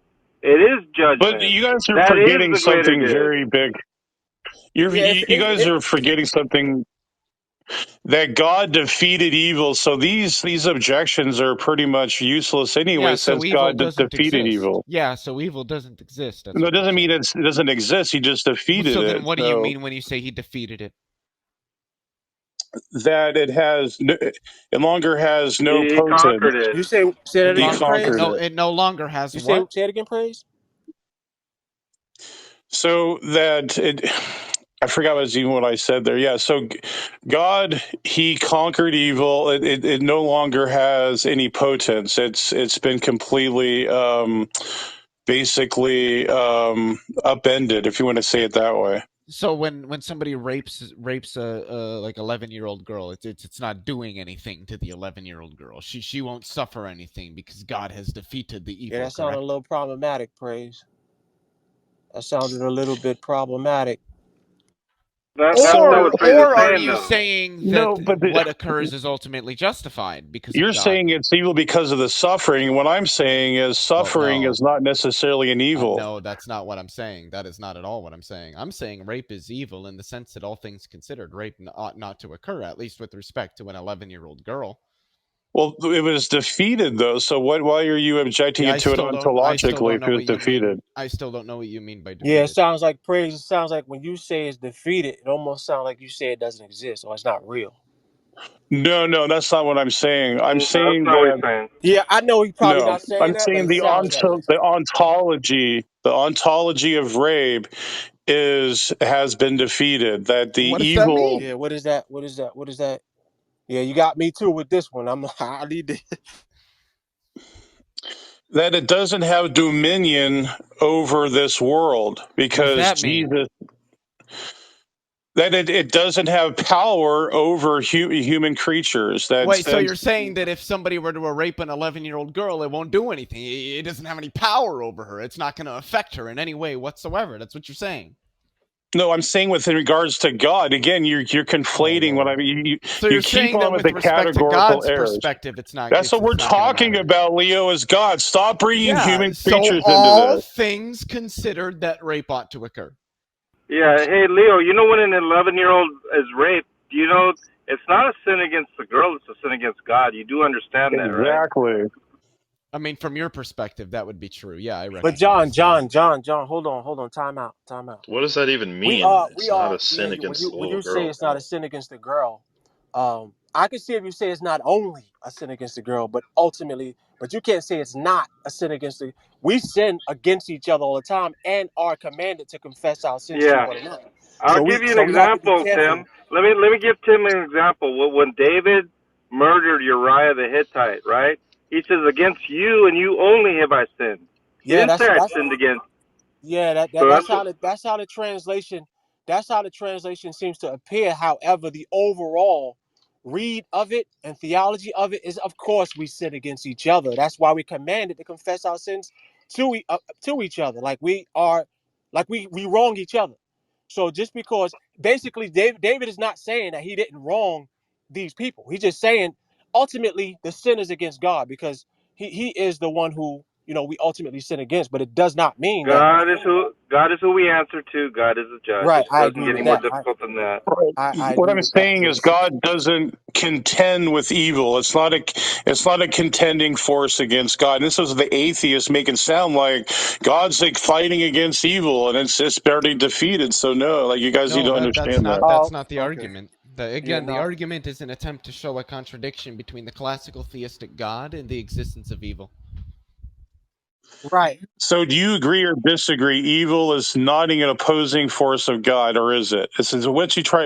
You're like speaking out of both sides of your mouth. What is it? Is it God? Is it problematic for God, or is it not? Evil is that which all things considered ought not occur.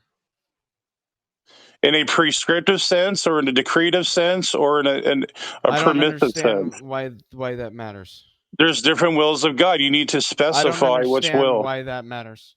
In a It true But does matter. all things considered would refer to like the ultimate end of God. But Leo, I Does always God make the have an distinction. ultimate end in or a not? true Yeah, I could accept evil is that which ought not to be done. Now, when it comes to by the agent, but when it comes to ought not to occur, well, all things ought to occur, and that's the purview of God. So everything that Yeah, occurs you're just ought saying to that from occur. God's perspective, there is no Right. evil. So in other words, Ultimately, there is no, no hang evil. on. Everything that occurs ought to occur from God's perspective. All His own actions and permitting, because He does have the power to prevent, but also sometimes He doesn't. In neither case, it is good. And so for the agent now, not the actions of God, the agent, when he does evil, thou shalt not murder. Well, he ought not murder, and he ought, that is, evil is that which ought not to be done in this case, which is not synonymous with ought not occur. If it does occur, it ought to occur because God permits it to occur. That's a separate action. I'm not understanding. If something is done, then it occurs, right? Mm, If X has been No. done, then X has I'll tell you occurred, what. right? No. When you say evil is that which ought not to be done, you don't have murder.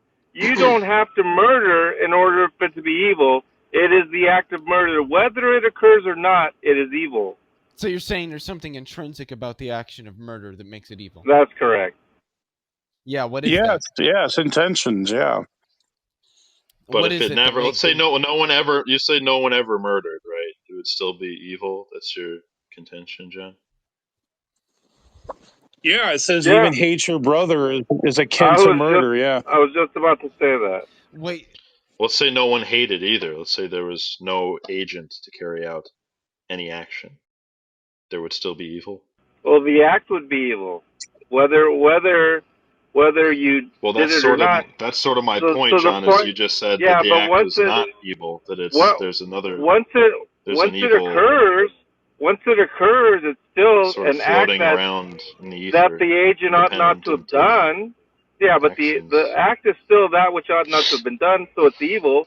We don't call evil good and good evil. It was always evil. It will remain evil. However, it's not however, Sean, when it comes to the permission of God, right? When it comes to the permissive will of God, that act is something different, and that for God to permit or not to permit, irrespective of whether he permits or not, is indeed good.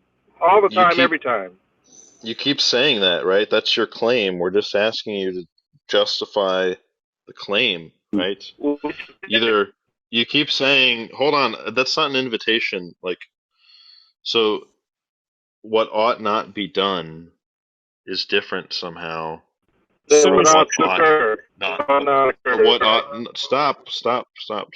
From what ought not occur, right? That's the claim, right? But my claim is that those two things can't come apart. No, they right? can. I'll tell Something you why. is evil. I'll tell you why. Things that virtue occur. Of the act. It's not. Hold on. Yeah. Okay. Go ahead. Yeah. How do So those? let me come tell apart? you why. Things that occur are not at the purview of the perpetrator, of the created agent, right? And so things that occur. I didn't understand what you just said. Hang on, let me finish. No, If it does occur, John, you cut out. You cut out for a second. buddy. Can you just start over really quick? Genuinely, you cut out. Yeah, things that I don't know if I'm still there, but things that occur.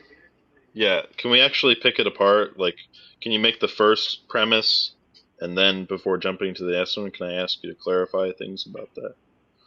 Sure. Things that ought not to be done is in the purview of the created agent. Thou shalt not murder. Yeah, see that? I don't know what that means. He ought not murder. It ought not to be done. Right?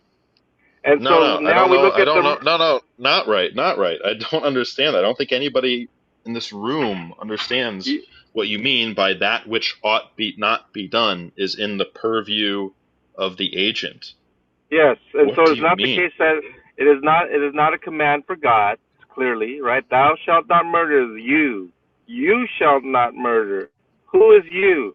The created agent, the human being, right? And so you, the creature, not the creator, you, the creature, ought not murder, right? And so ought not be done. So it is the creature that ought not murder. It ought not be done. So evil is that which ought not to be done. No. Look. That's where the confusion, because you said it ought not murder. The creature ought not murder. The agent ought not murder. Murder ought not be done, and yet murder ought to occur. Well, it all depends on God now. God could prevent that, right? God could prevent that which ought not be done. But why doesn't he? God could also permit that which ought not be done. So now that's in the purview of God's actions. He's fully in control of whether he strikes a person dead to prevent them from murdering, or he permits him to murder, right? And so in either case, whether he permits the agent to do that which ought not to be done, or he prevents the agent that which ought not to be done, it is good. And the reason it is good is because if he permits that agent to do that which ought not to be done, he's either going to judge him for his wickedness, which is good. Justice is a good thing. If it is the case that he decides to forgive the person for what he has done, that is mercy. That is grace. That is also good. So irrespective of whether he's forgiven or whether he's judged, God is doing that which is good by permitting it or not permitting it. In either case, whatever God does is good. That is not to say that the action of the agent, which ought not to have done it, is suddenly magically good because God chose to judge him to eternal conscious torment for his actions. That is a Yeah, good but thing. God permits all agents to do whatever it is that they do, because you just said that God could stop them if he really wanted to, right? Right. So God is permitting. Okay, so and you said God never does something that he ought not to do. So every action that he permits an agent to do, all things No. considered, Everything is that an action occurs, is an God ought action to. is an action is an action that ought to be done, which is just to say that That's it's right. not evil. Well, Leophilius, No. No. God You No, it's mischaracterized like the it. Joseph. Yes. It's like the Joseph story, right? He said, "What you meant for evil, God meant for good." Exactly. He exactly. didn't Genesis intend evil. 50:20. Well, what does that mean? Yeah, that would Yeah, be in line with Leo's point as well. What you meant for evil, God meant for right. Right, good. and Meaning they he did Meaning do evil. the evil is good. No, Yeah, it's all not things evil. considered, what we're calling evil from God's perspective would actually be good, because from God's perspective, when you take all the factors into account, this should have happened because this reason, which is just to say that it's good. Again, you know, No. pushing Hang on. Ought to tackling occur. somebody randomly is something that is bad. You ought not to do it. But tackling somebody because it's getting them out of the way of a fucking train ought You're to not be making. done, No, that's a whole because the different. tackling justifies it. So That's a yeah, whole. That's we've a already whole been different through this. example. We're talking about two different things. We're talking about ought to occur. In the case of Joseph, the brothers ought Yeah, not and we're have talking sold about his brothers into justification as slavery. well. That's No, in the no. The background. brothers, hang on, let me finish. The brothers ought not to have sold his brothers, Joseph, into slavery. However, God permitted it for the purpose of saving lives, according to Genesis Yeah, so it 50:20, ought to and occur. therefore, So it ought to have been it done. So ought it's to. good. Yes, thank you. It ought to So occur, it's not but it ought not. evil. Hang on, but it ought not to have been done. There's And so, what's the in that difference? case, What's But the That's a there difference? is no contradiction. contradiction. It ought I to just be told you. done, and it No. ought Hang No, not on. you be done. didn't Let tell me me. explain it. What's That's the a Let me difference? explain it. contradiction. Let me tell them the difference. When it comes to ought not be done, it is 100% always in reference to the created agent. Ought not be done. However, when it ought to occur, Yeah, but God what permits does? what Hang those on. Let me agents finish. do. Let me finish. What ought to occur is never in the purview of the agent, the created agent. What occurs? God is in control. He is a sovereign God. bingo. Yeah. He can permit it to that which ought not to occur to happen or not to happen. In either case, in God's infinite wisdom, it is a good thing whether He permits it or whether He prevents it. And so that action, if occurs, it ought to occur every single time. There is nothing that occurs Okay. that ought You're not to conceding. occur. Yeah, you're There is conceding the nothing argument. that You're occurs conceding. that ought not Yeah, to occur. Look, yeah. all you're John's saying, just conceding all the you're argument. saying is, hold on. All he's Sorry. saying is that something can be evil in one sense and good in another That's sense, also false. right? No, And I that's think false. That's false. reductio ad absurdum, right? Most people No, that's just a straw man, disagree. Sean. That's a straw Most man. people, I don't care if you think it's a straw man. The point is, most people, the intuitive sense of evil, good and evil, is that good and evil are opposed. That something cannot be good and evil at the same time. Now, we can make arguments, contextual arguments, from an individual's agent's perspective, but we're presupposing that that is irrelevant, that there's an objective moral good, and that good and evil are, in fact, opposed. The sin of the agent is always evil. It is That's what your never worldview is good. meant to purport. It is It's never that good good. and evil are And so, opposed, and that it's Sure. right impossible now, for something good and what evil God at the does, same time. This is how I yeah, understand. the sin of the agent is always evil, right? Objectively. However, what That's your God does claim. We're with, asking you to The justify the hang claim on, and explain how they let come me apart. finish. Let me finish. The sin of the agent is always good. It is never good. It is always good. However, what You mean God always evil? does with the sin of the agent is a completely different action. This is God we're talking about. Yeah, you're The just talking about agent different himself doing perspectives. evil is always evil, right? So we don't, just because God has a good plan, whether to judge him to eternal conscious torment or whether to save him and be merciful to him, in either case, it is good. And so God's actions, God's good actions specifically has nothing to do with whether the agent's actions are good or evil. Yeah, you're It's just drawing so a difference simple. between It is so perspectives. simple. Yeah, It is so exactly. simple to say that when the agent sins, it is evil and always evil What without exception. does the perspective of the agent matter? Well, look. All he's doing is saying that because humans have a limited moral knowledge. So, from our understanding, these actions being committed is going to be seen as evil. But because God has such a vastly superior moral knowledge than us, from His perspective, there are justifying reasons for the occurrences of these events, and those. So, from His From perspective, God's they're perspective, good. those actions But are the thing evil. is, all things considered would just mean from God's perspective. So all things considered, they're good actions. No. This is what you don't understand. And moreover, hang on. This is what you don't understand, Leo. Leo's Hang right. on. Leo's right. Let, But let me. May I moreover, finish, please? no. Let me finish. Moreover, the Well, actions are wait a just. minute. No, it goes back and forth. Moreover, the actions How are about I morally get to justified. respond to what Leo just said, Sean, and then you can respond because he's on the atheist side. It's not like three times atheist. So could I respond, please? Evil is morally justified, right, John?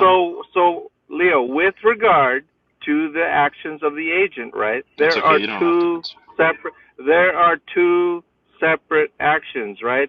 And so within the goodness of God's permission, it is not contingent upon the act itself, right? It is contingent upon some future you're right. It's act. contingent on its permission by God. Hang on. That's the argument. God is permitting it because He has reasons. So that makes the it good. future, yeah, but let me finish. The future act, that is what we understand as pro toto good, right? Whether it's judgment, that is good. Whether it's mercy, that is that is pro toto good. However, the evil act of the agent is pro tanto good. All things considered, it is always pro toto good.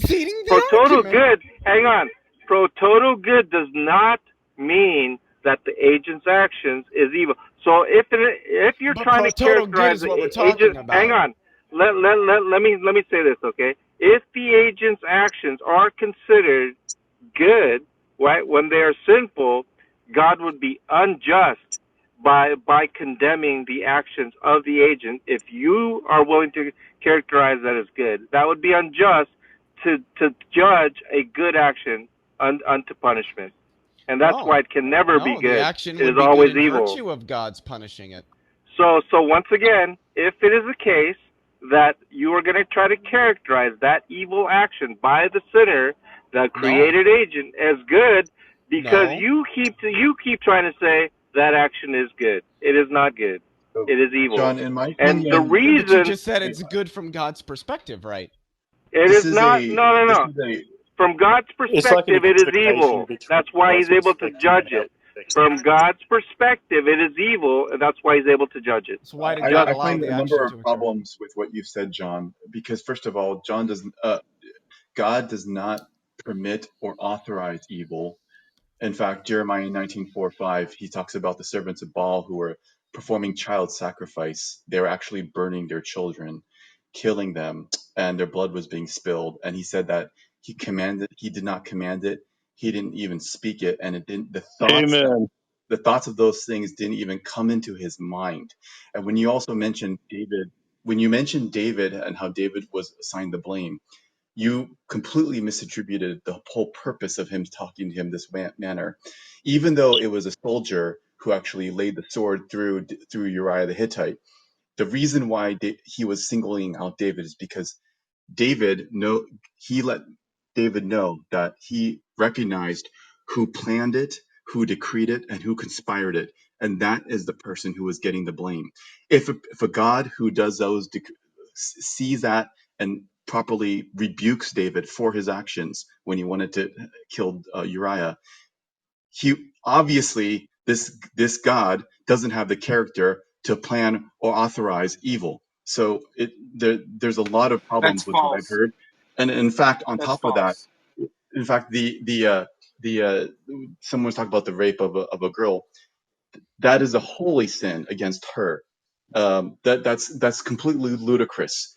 It's a sin against God, but it's a little transgression against God. but it's obviously a sin against a girl. And so there are just so many things that I've heard misrepresented. I think that it's not correct to have You're strictly misrepresenting the Bible. Calvinist view being represented to a bunch of atheists because you're giving them one specific your viewpoint about how evil fits into this scheme and how Is why God and this, omniscient? this Wait a is why minute. I need to Hey, talk. I David. need to David, talk is about. God Hey, omniscient? David. Hey, David. John, Praise is shut the not fuck up. Calvinist. John, shut Tim up. is Shut not up, John. Calvinist. David, And David, so is once God again, omniscient? I'm actually arguing, David, with Praise and Tim, who are not John, Calvinists, let by the somebody way. else. John, let somebody else have some time to Yeah, speak. David. Well, David, what David's is saying God is omniscient, false David? here. Does In Jeremiah Isaiah 19 to 45:7, it pray? says, I form the light and Why create do they darkness. answer I make questions with peace and create questions? evil. I, the Lord, do these things. God No, that's an explicitly says he English creates rendering. evil. The word evil didn't even come into like the 1700s. Like, it's a stupid I don't argument. see why David can't answer a simple question. Yeah, Right, David, David. is God omniscient? Why can't you answer that? God is not omniscient in Jeremiah 19:4 flat because Oh, he my said that. Lord. He said those actions did not even come into his mind. So God In is not other words, omniscient. he So may Saying you're an God may is open know omniscient. theist, about what they've okay? done. Yes, he's omniscient in the sense that it doesn't mean that He's he omniscient authorizes. in the He sense said that You're he's an not open theist, omniscient. David? he You're, knows what they were. Yeah, Well, No, he's look, he said that's omniscient fair, in the right? sense it that says he's it, not what? he did. omniscient. Fantastic. There are He different didn't Hey, speak David, do about you know those what an interpretations. things, open but he theist knows is? that they did it. Do you understand the difference between the two? I can't hear Yeah, you, there are David, different because there's like That's an three people interpretations. talking. anthropomorphism too. We don't even take that hyper literal, David. Like, we wish you would consider that as well. What do you think Jeremiah 19:4-5 when he says it didn't come into his mind? What do you It's think an that? anthropomorphism, right? He's saying like it would never come across in my nature. My nature is eternal. I'm omniscient. I'm all knowing. But Yeah, he's trying to speak in human terms to us. I am not It's called an denying that he's not aware of anthropomorphism. what happened. He's absolutely aware of what they did. That's why he's even talking about it. Oh, so you're not an open theist then? You asked me if is he omniscient? So I said no, but I guess I really mean yes. I was trying to That's open understand your theism. Oh, okay, definition of okay. omniscience. But And So let me tell you this, He just David. meant Open God is theism is speaking heresy. literally in that Yeah, passage, right, open David? theism, He's David, literally let me just say addressing this. the actions of Hang on, his Sean. interpretation of what's going on, right? Like we have one at a Hey, time. David, open theism is heresy. It doesn't matter if you're a nobody minion. It cares. doesn't matter if you're Calvinist. It doesn't matter if you're synergist. It doesn't matter if you're monergist. You are Yeah, Molinist. It okay. doesn't matter. Open theism is heresy, David. Yeah, That's yeah, of simple. course. what is open? I don't even know what open theism Yeah, is. John, he's not an open theist. So It's the David, idea that God does not David, know the future. Well, Yeah. David might be an open theist. I've heard David express maybe, things that maybe. are commensurate with open theism, but there's nothing wrong with open theism. Lots of people are open theists. It just means that like the future is unknowable. There are certain things that are unknowable to God as they are to any agent, but that's still Well, how would compatible with anyone God's omniscience. reconcile, right? If we were to use the analogy, and we just simplify the conversation to God gives us a new car. He tells us we can use this car to go to work, but instead we decide to take the car to the racetrack and then end up crashing it. Now, he gave us that free will. He gave us that car to do with as we please, but he gave us instructions on how to use that car. Now, how do you reconcile Did God know we him would giving it to violate us? the instructions? That's why I guess I'm asking everyone in the room. How do Well, you I feel mean, if about that? God is I think it's a omniscient, I would say question. that yes, he knew that we would violate those instructions even before he gave them to Right. us. So is God evil for giving us something I, knowing that we would take it to the racetrack and crash it? I wouldn't use the word evil, but I would say God is responsible. He's at least irrational or Right. But isn't also, irresponsible. let me hold this in contention then. Isn't it also true that because he loves us, he gave us the car to use as we choose. We weren't forced to do it specifically his way, right? Right, right. Not Yeah, but then I would necessarily. just say it's irrational for him to have given us the instructions when he wanted us to do with it what we want and knew that we would do with it what we wanted and what we were going to do with it is different than the instructions he was going to give us. Well, look, and That's your choosing, though. All right. it's it's not as though we value. It's not as though why does God value? Why is freedom the highest expression of love? If I love, say, I have a 16-year-old child that's not very responsible. Is it the highest expression of love for me to buy that child a souped up sports car? Yeah, this is a great example. You read up the parent-child relationship.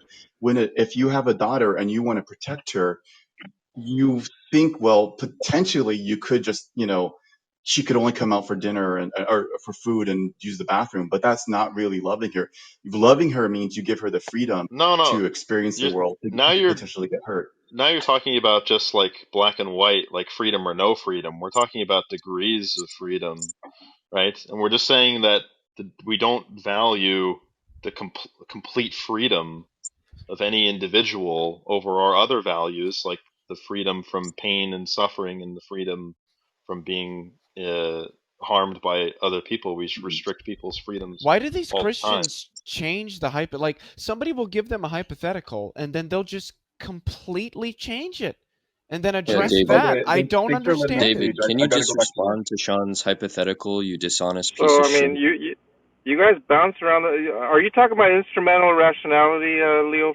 You guys just bounce these ideas around like an echo chamber. That's what you just said, right? John, just please. John, you've been obliterated publicly.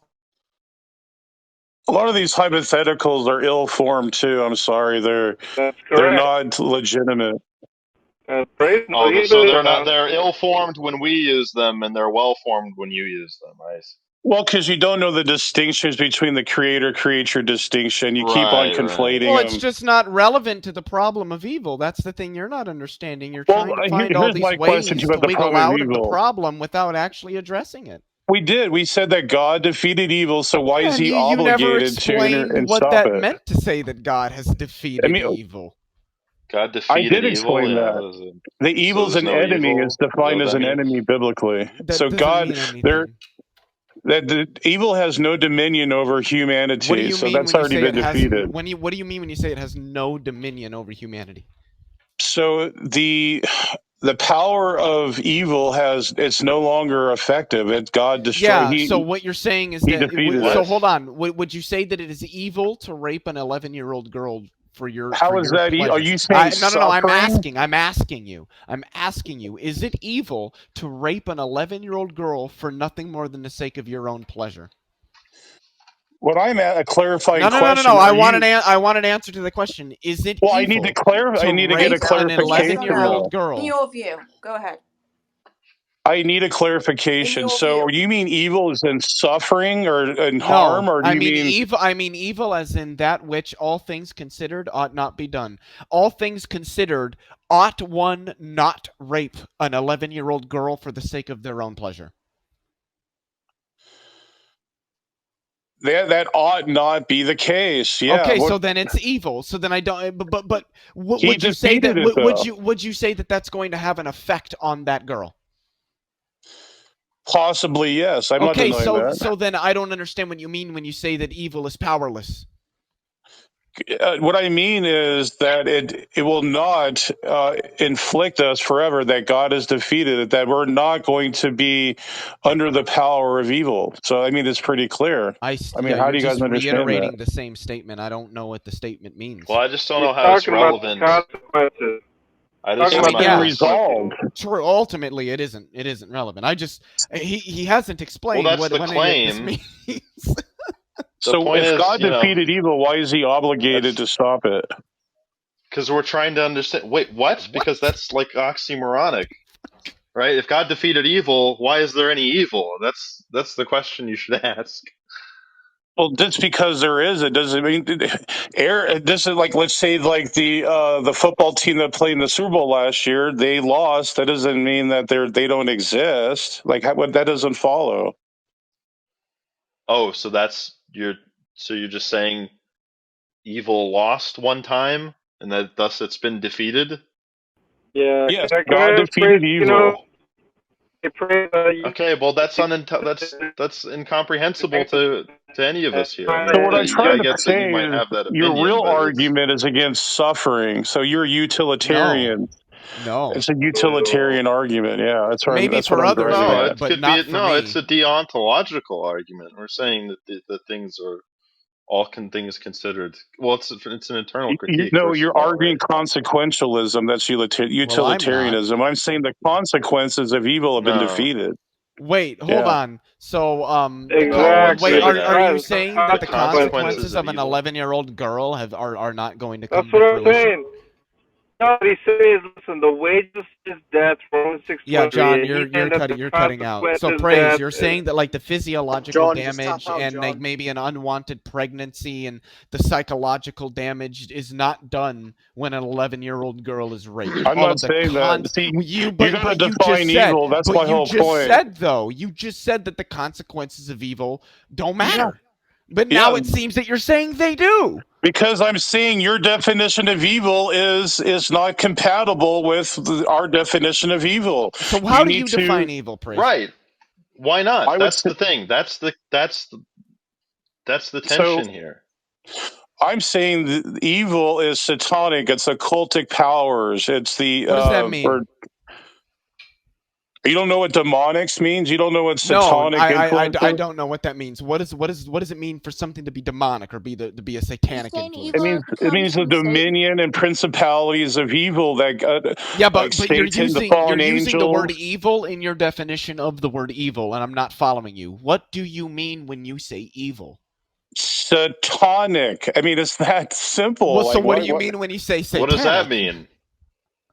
The adversary of God. So humans can't commit what about evil? him? Humans can't commit. Was the Holocaust evil?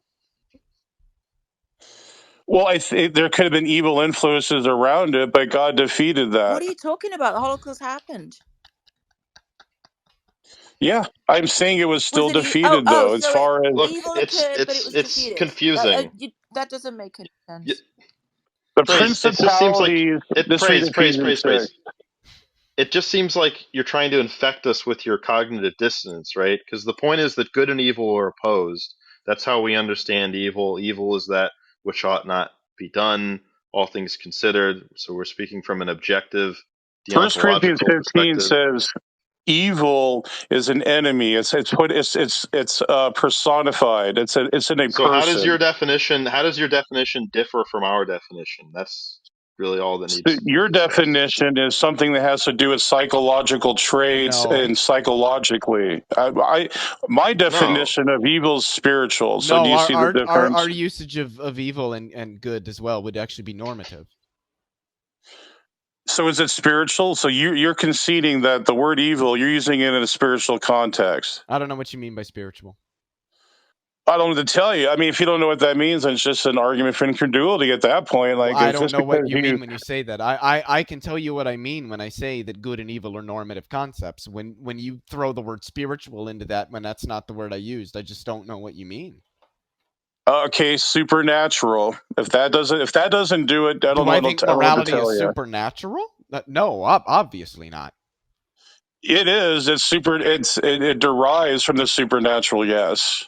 Well, that's a whole other rabbit hole. The problem of evil is an internal fucking critique, right? That's the whole point. Is that however we assume what I'm that you saying mean is you're trying to smuggle in. You're trying to use. Wrong. What I'm trying to show is you're trying to smuggle in our evil and try to use it for your evil. And I'm trying to make a demarcation. What does that mean? How are we not understanding You're evil? trying to do an inner critique of our worldview with our worldview. It's incongruent. You can't do that. That's Why? how internal critique. Well, first of all, you have to assume our worldview to do a critique of it. Yes, that's how an internal critique you're just works. saying Well, that, then like, stop you're using just saying evil if in a you don't believe in non-spiritual God, then you can't context. do an Like it's internal a critique. conflation. You haven't told us what it means in a spiritual. Nobody knows what spiritual. Look, nobody knows what spiritual means, right? But we understand like objective, subjective, all things considered, Paranormal, ought be done, ought not be done. supernatural, like it's all These are things. How do those? These are things that all people understand, like morality, to be like understood. So why can't you just use terms like that? It's an equivocation. That's what I'm trying to show you guys. So is the real problem? What is it word is being consequentialism? equivocated? Is that the real problem? What word is being equivocated? I don't know. Evil. I think the word I think evil. we've come up against a roadblock here. Like, how is it being? Are you not willing to say that like good and evil are objectively opposed? Are you not willing to say that? Do you mean good morals and bad morals? Like, can you elucidate on that? Yeah, moral goods and moral evils. So no, but see, the word evil, you're trying to use your own definition of evil and You won't tell us critique it what from you our mean by it, worldview. Okay, though. so what's your definition? What does it mean to be evil? Spiritual wickedness. And what does that mean? Satanic. Okay, how does that play out in the world?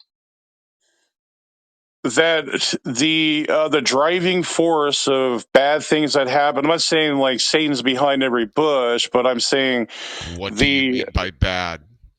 So what we're saying is that the word evil is driven from Satan and Satan and his minions. There's minions on this earth that are doing his bidding for him, and it's tantamount to spiritual wickedness or something that's spiritually bad. It's the best way I can try to Yeah, but I don't know what you mean express by it. bad. But how does it play out in the world?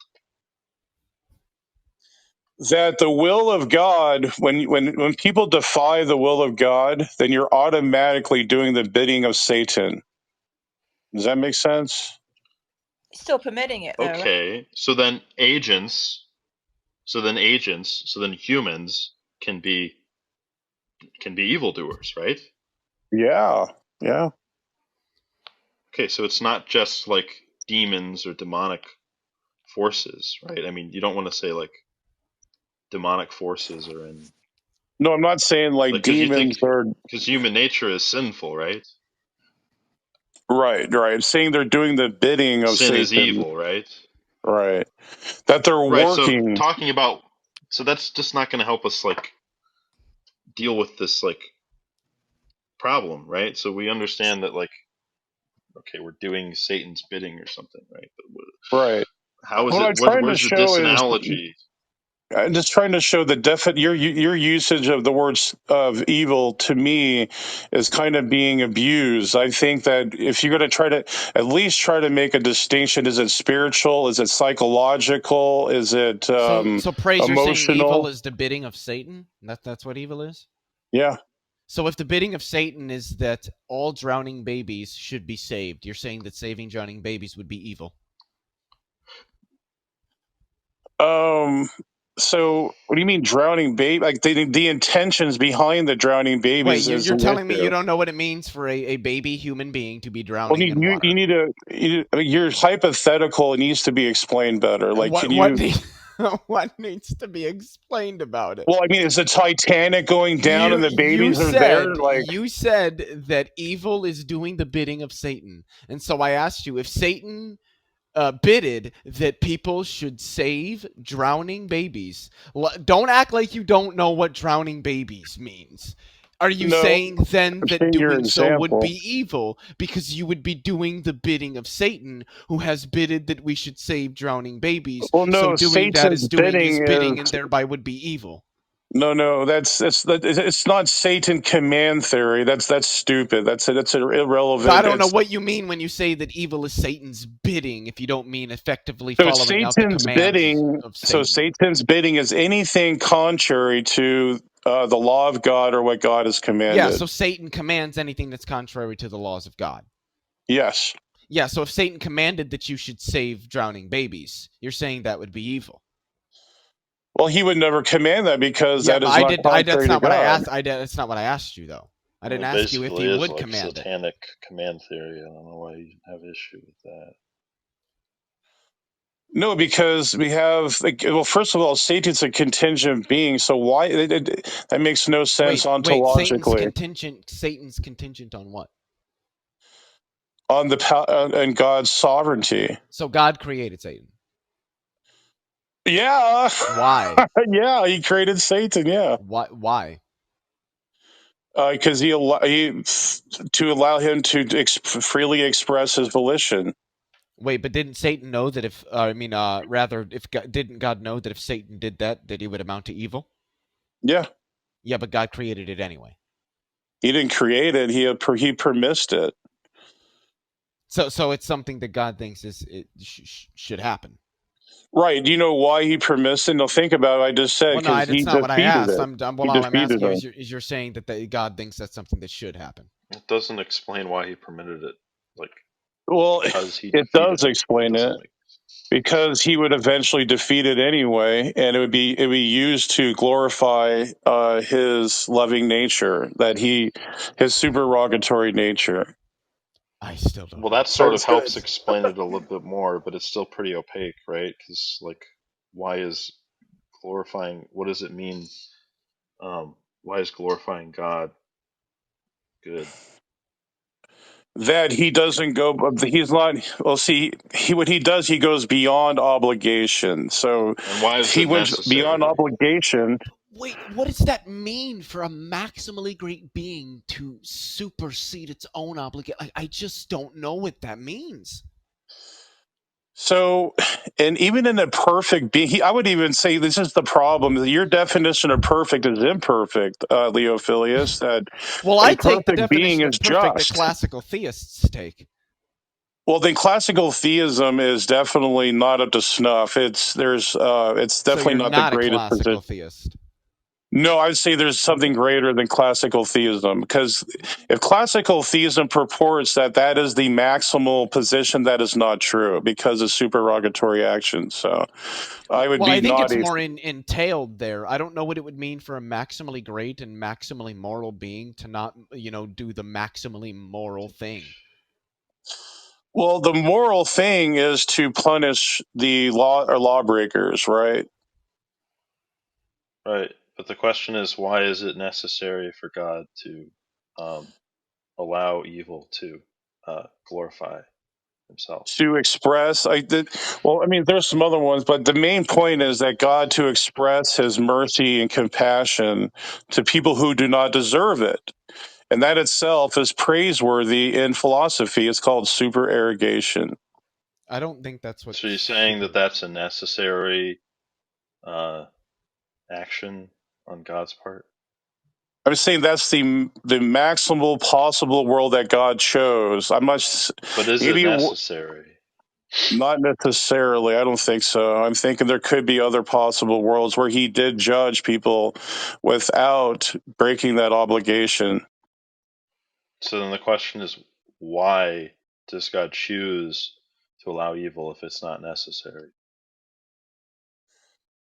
And I think I pretty much explained that to show his mercy and grace, which is a greater good. So then it's That not doesn't evil. explain anything. Well, why wouldn't it? It's something that is praiseworthy in philosophy. Yeah, which means it's not evil. It's praiseworthy. I don't know what it means for something to be both No, it means praiseworthy and it evil. overcomes evil. Doesn't necessarily mean it's Which in means like that it is not evil. If it overcomes evil, I don't know what it means to say that it is evil. What? So if let's just call like a football team called Satan, and we beat that team, we overcome and beat them. Does that mean that we permiss that teams like their mascots and everything else that they Yeah, we're not. had on their But team? in No, this it doesn't instance, we don't follow. have So the maximally team great still goes beings in on, our right? The team consideration. continues to exist. So it's not a total defeat would be like the team disbands. But that's still Yeah. okay.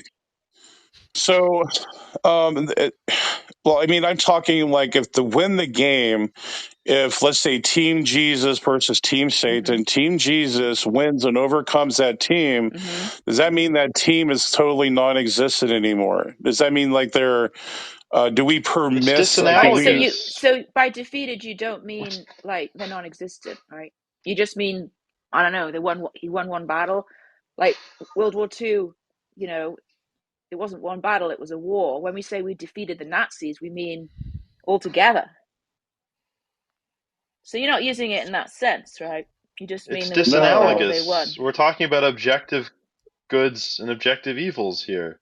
We're not talking about one-time good, the rest of the time bad, right? Exactly. I'm just talking about It was in intrinsically good response and to evil. Leophilius's argument, though. Like it doesn't follow just because God defeats and overcomes something does not mean that God automatically makes it. He prescribes it for it to be the case.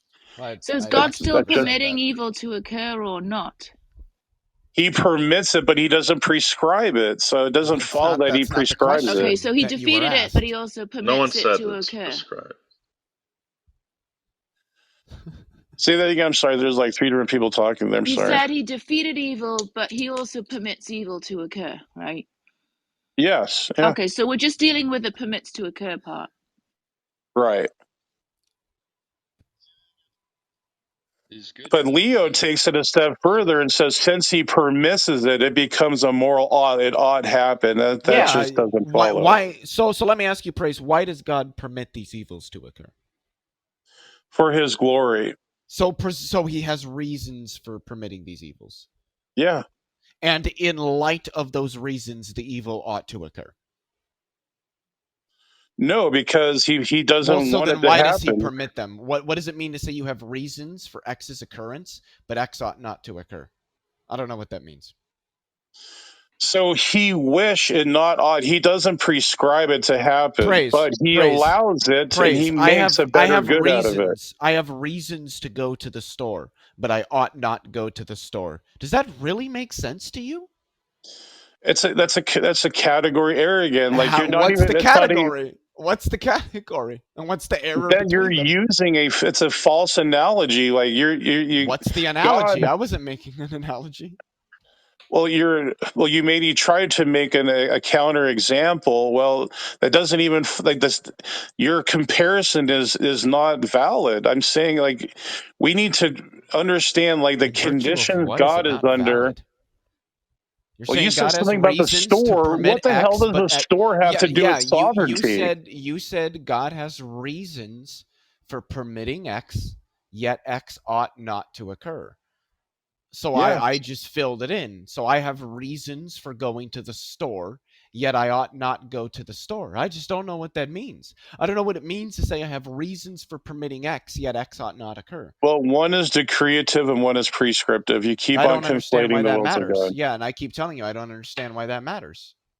Well, because you don't understand, therefore it's not true? Or like, what do you mean? That's not what I said. All I said is that I don't understand why that matters. Now, if you want to explain why it matters, I'm all ears, but you haven't done so thus far. Okay, so his prescriptive will is identical with his nature. So his nature is that he I wasn't asking you what his different wills are. I was asking you why him having different wills is relevant to this particular discussion. So the different wills explain the division of the two. Like you said, well, one is permiss and then one is prescriptive. And I explaining there's the 2 different wills of God. But there was a sense. So where do they come apart? There would still be a sense in which God is willing it, correct? What do you mean willing it? Can you explain that? You're the one that used the word will with respect to permissive will and prescriptive will. You said, well, it's a part of his permissive will, but not part of his prescriptive will. And all I'm asking is, there's still some sense in which God is willing it, though, correct? Yes, but not in the sense that you so then are. Why was it? Well, I don't think you understand my sense. Anyway, so why is God willing it in whatever sense that he is? See, okay, so you're asking why God is permitting evil, right? Is that your question? Okay. Yes. And I think I answered that as for his glory. Yeah, you said to the glory to his God. So you're saying God has reasons for permitting it.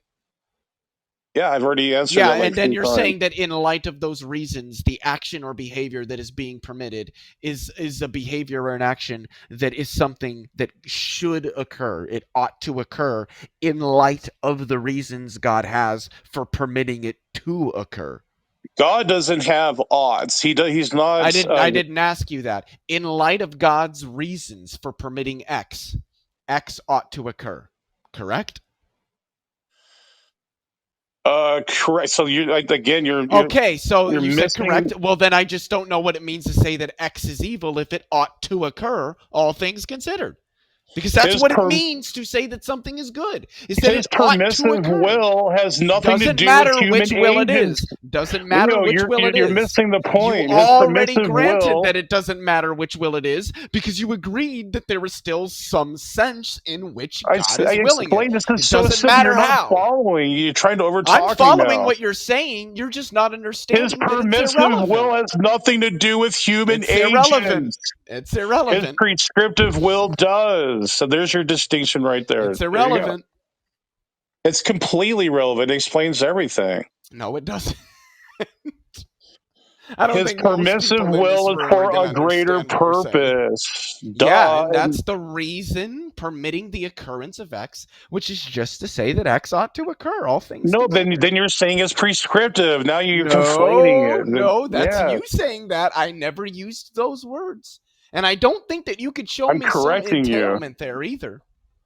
It does. Like, okay, so there's three different wills: decretive, permissive, You still and haven't also explained the relevance of that. And in fact, it seemed that you conceded that there isn't really much of a relevance, that there is still some sense in Do you which God see is how? permitting it. Okay, I explained. I'm going to explain it one more time, and you're just going to be disingenuous and try to filibuster. That's up to you. Okay, so first of all, the permissive will has nothing to do with humanity.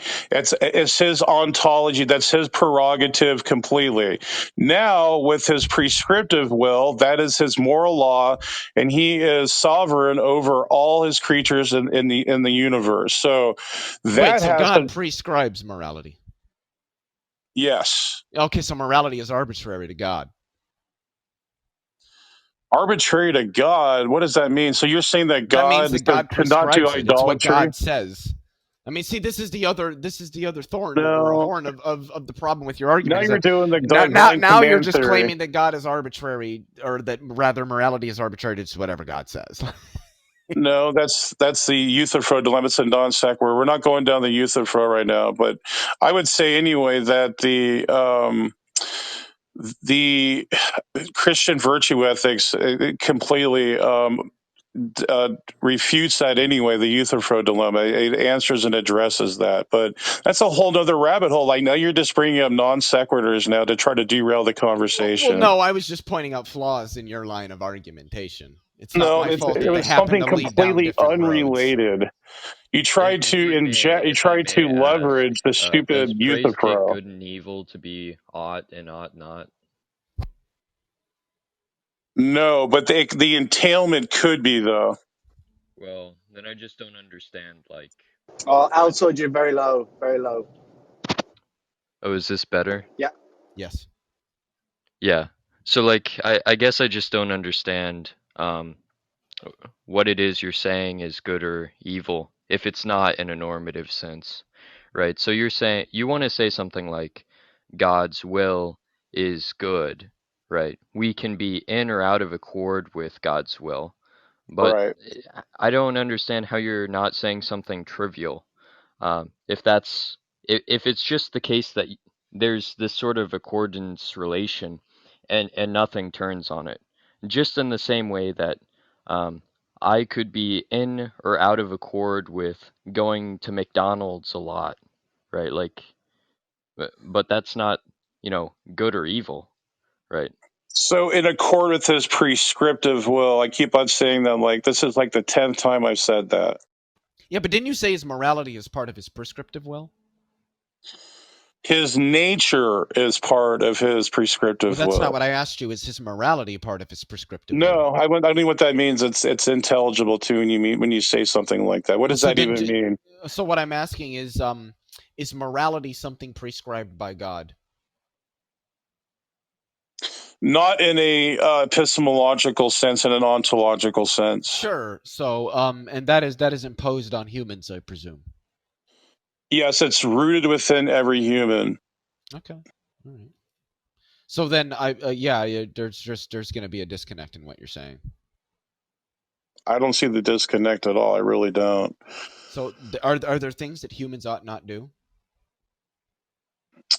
Based on the deviation of the moral telos, yes. So that's the standard, and according to that standard, there are going to be things we ought not do. Right. It's a neglection of, or deviation or privation of giving, or the telos of love. Yes. Okay, so and the reason we ought not do those is effectively a result of God's nature, right? Yes. All right. So why do those things occur? Because people rebel. Why do people Like, rebel? many reasons. For pleasure. People sin is pleasure, pleasurable. Does Yeah. God decree people's desires and wills? Yeah. Oh, whoops. I'm sorry. You said that people, okay. Say that again. I'm sorry. Did God decree people's desires and wills? No, no. Do you believe in libertarian free will?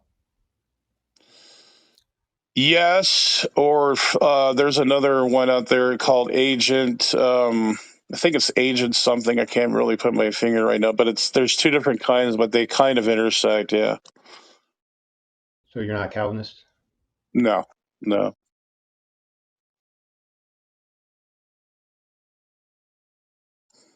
I still respect John, though. I think he's a cool dude. So I'm not coming at you, John, or anything.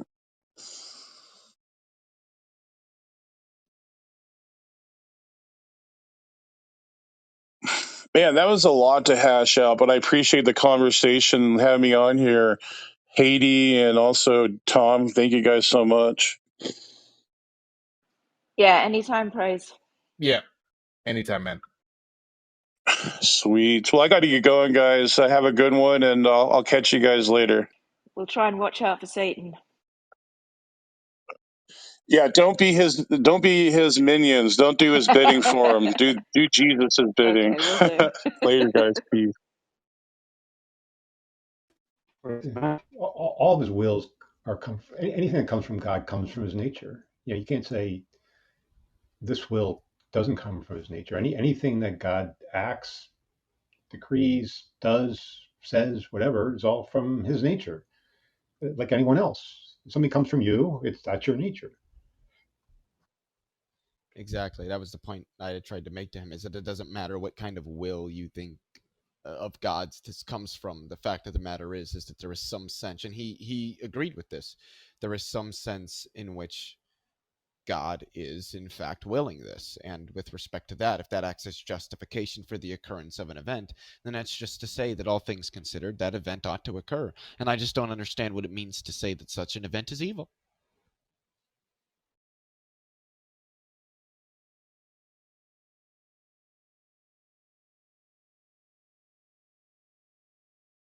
If God permits it for a greater good, then it ought to be done. Exactly. In light of the justification, this is something that all things considered ought to occur. And what is good are those things which all things considered ought to occur.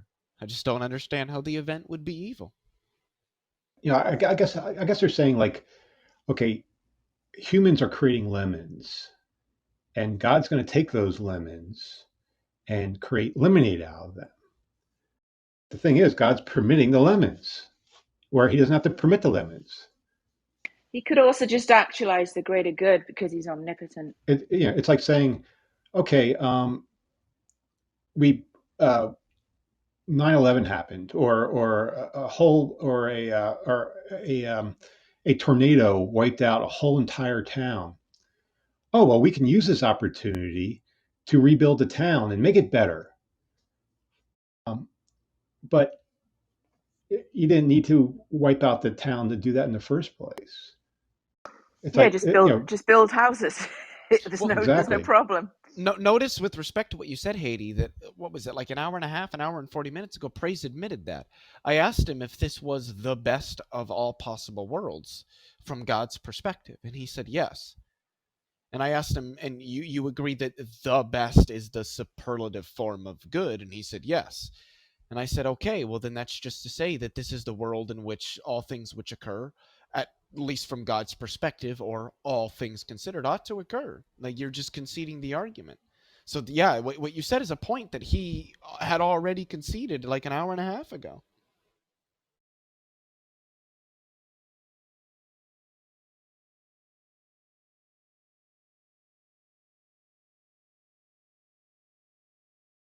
Wouldn't a world where God exists without his creation be the best world?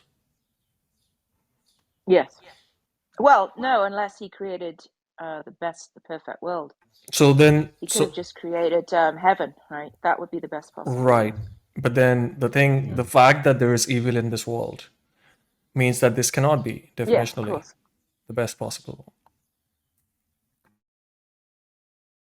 I think the argument works Well, if you take God to be like, ase, and, in maybe some like metaphysical or logical sense, sovereign, then one can argue this sort of, I don't know what you would call it, maybe like an argument from perfection, that if God is perfect, why would he need to create? And if he creates, it seems to be reducing that state of perfection, and thereby is something God would not do.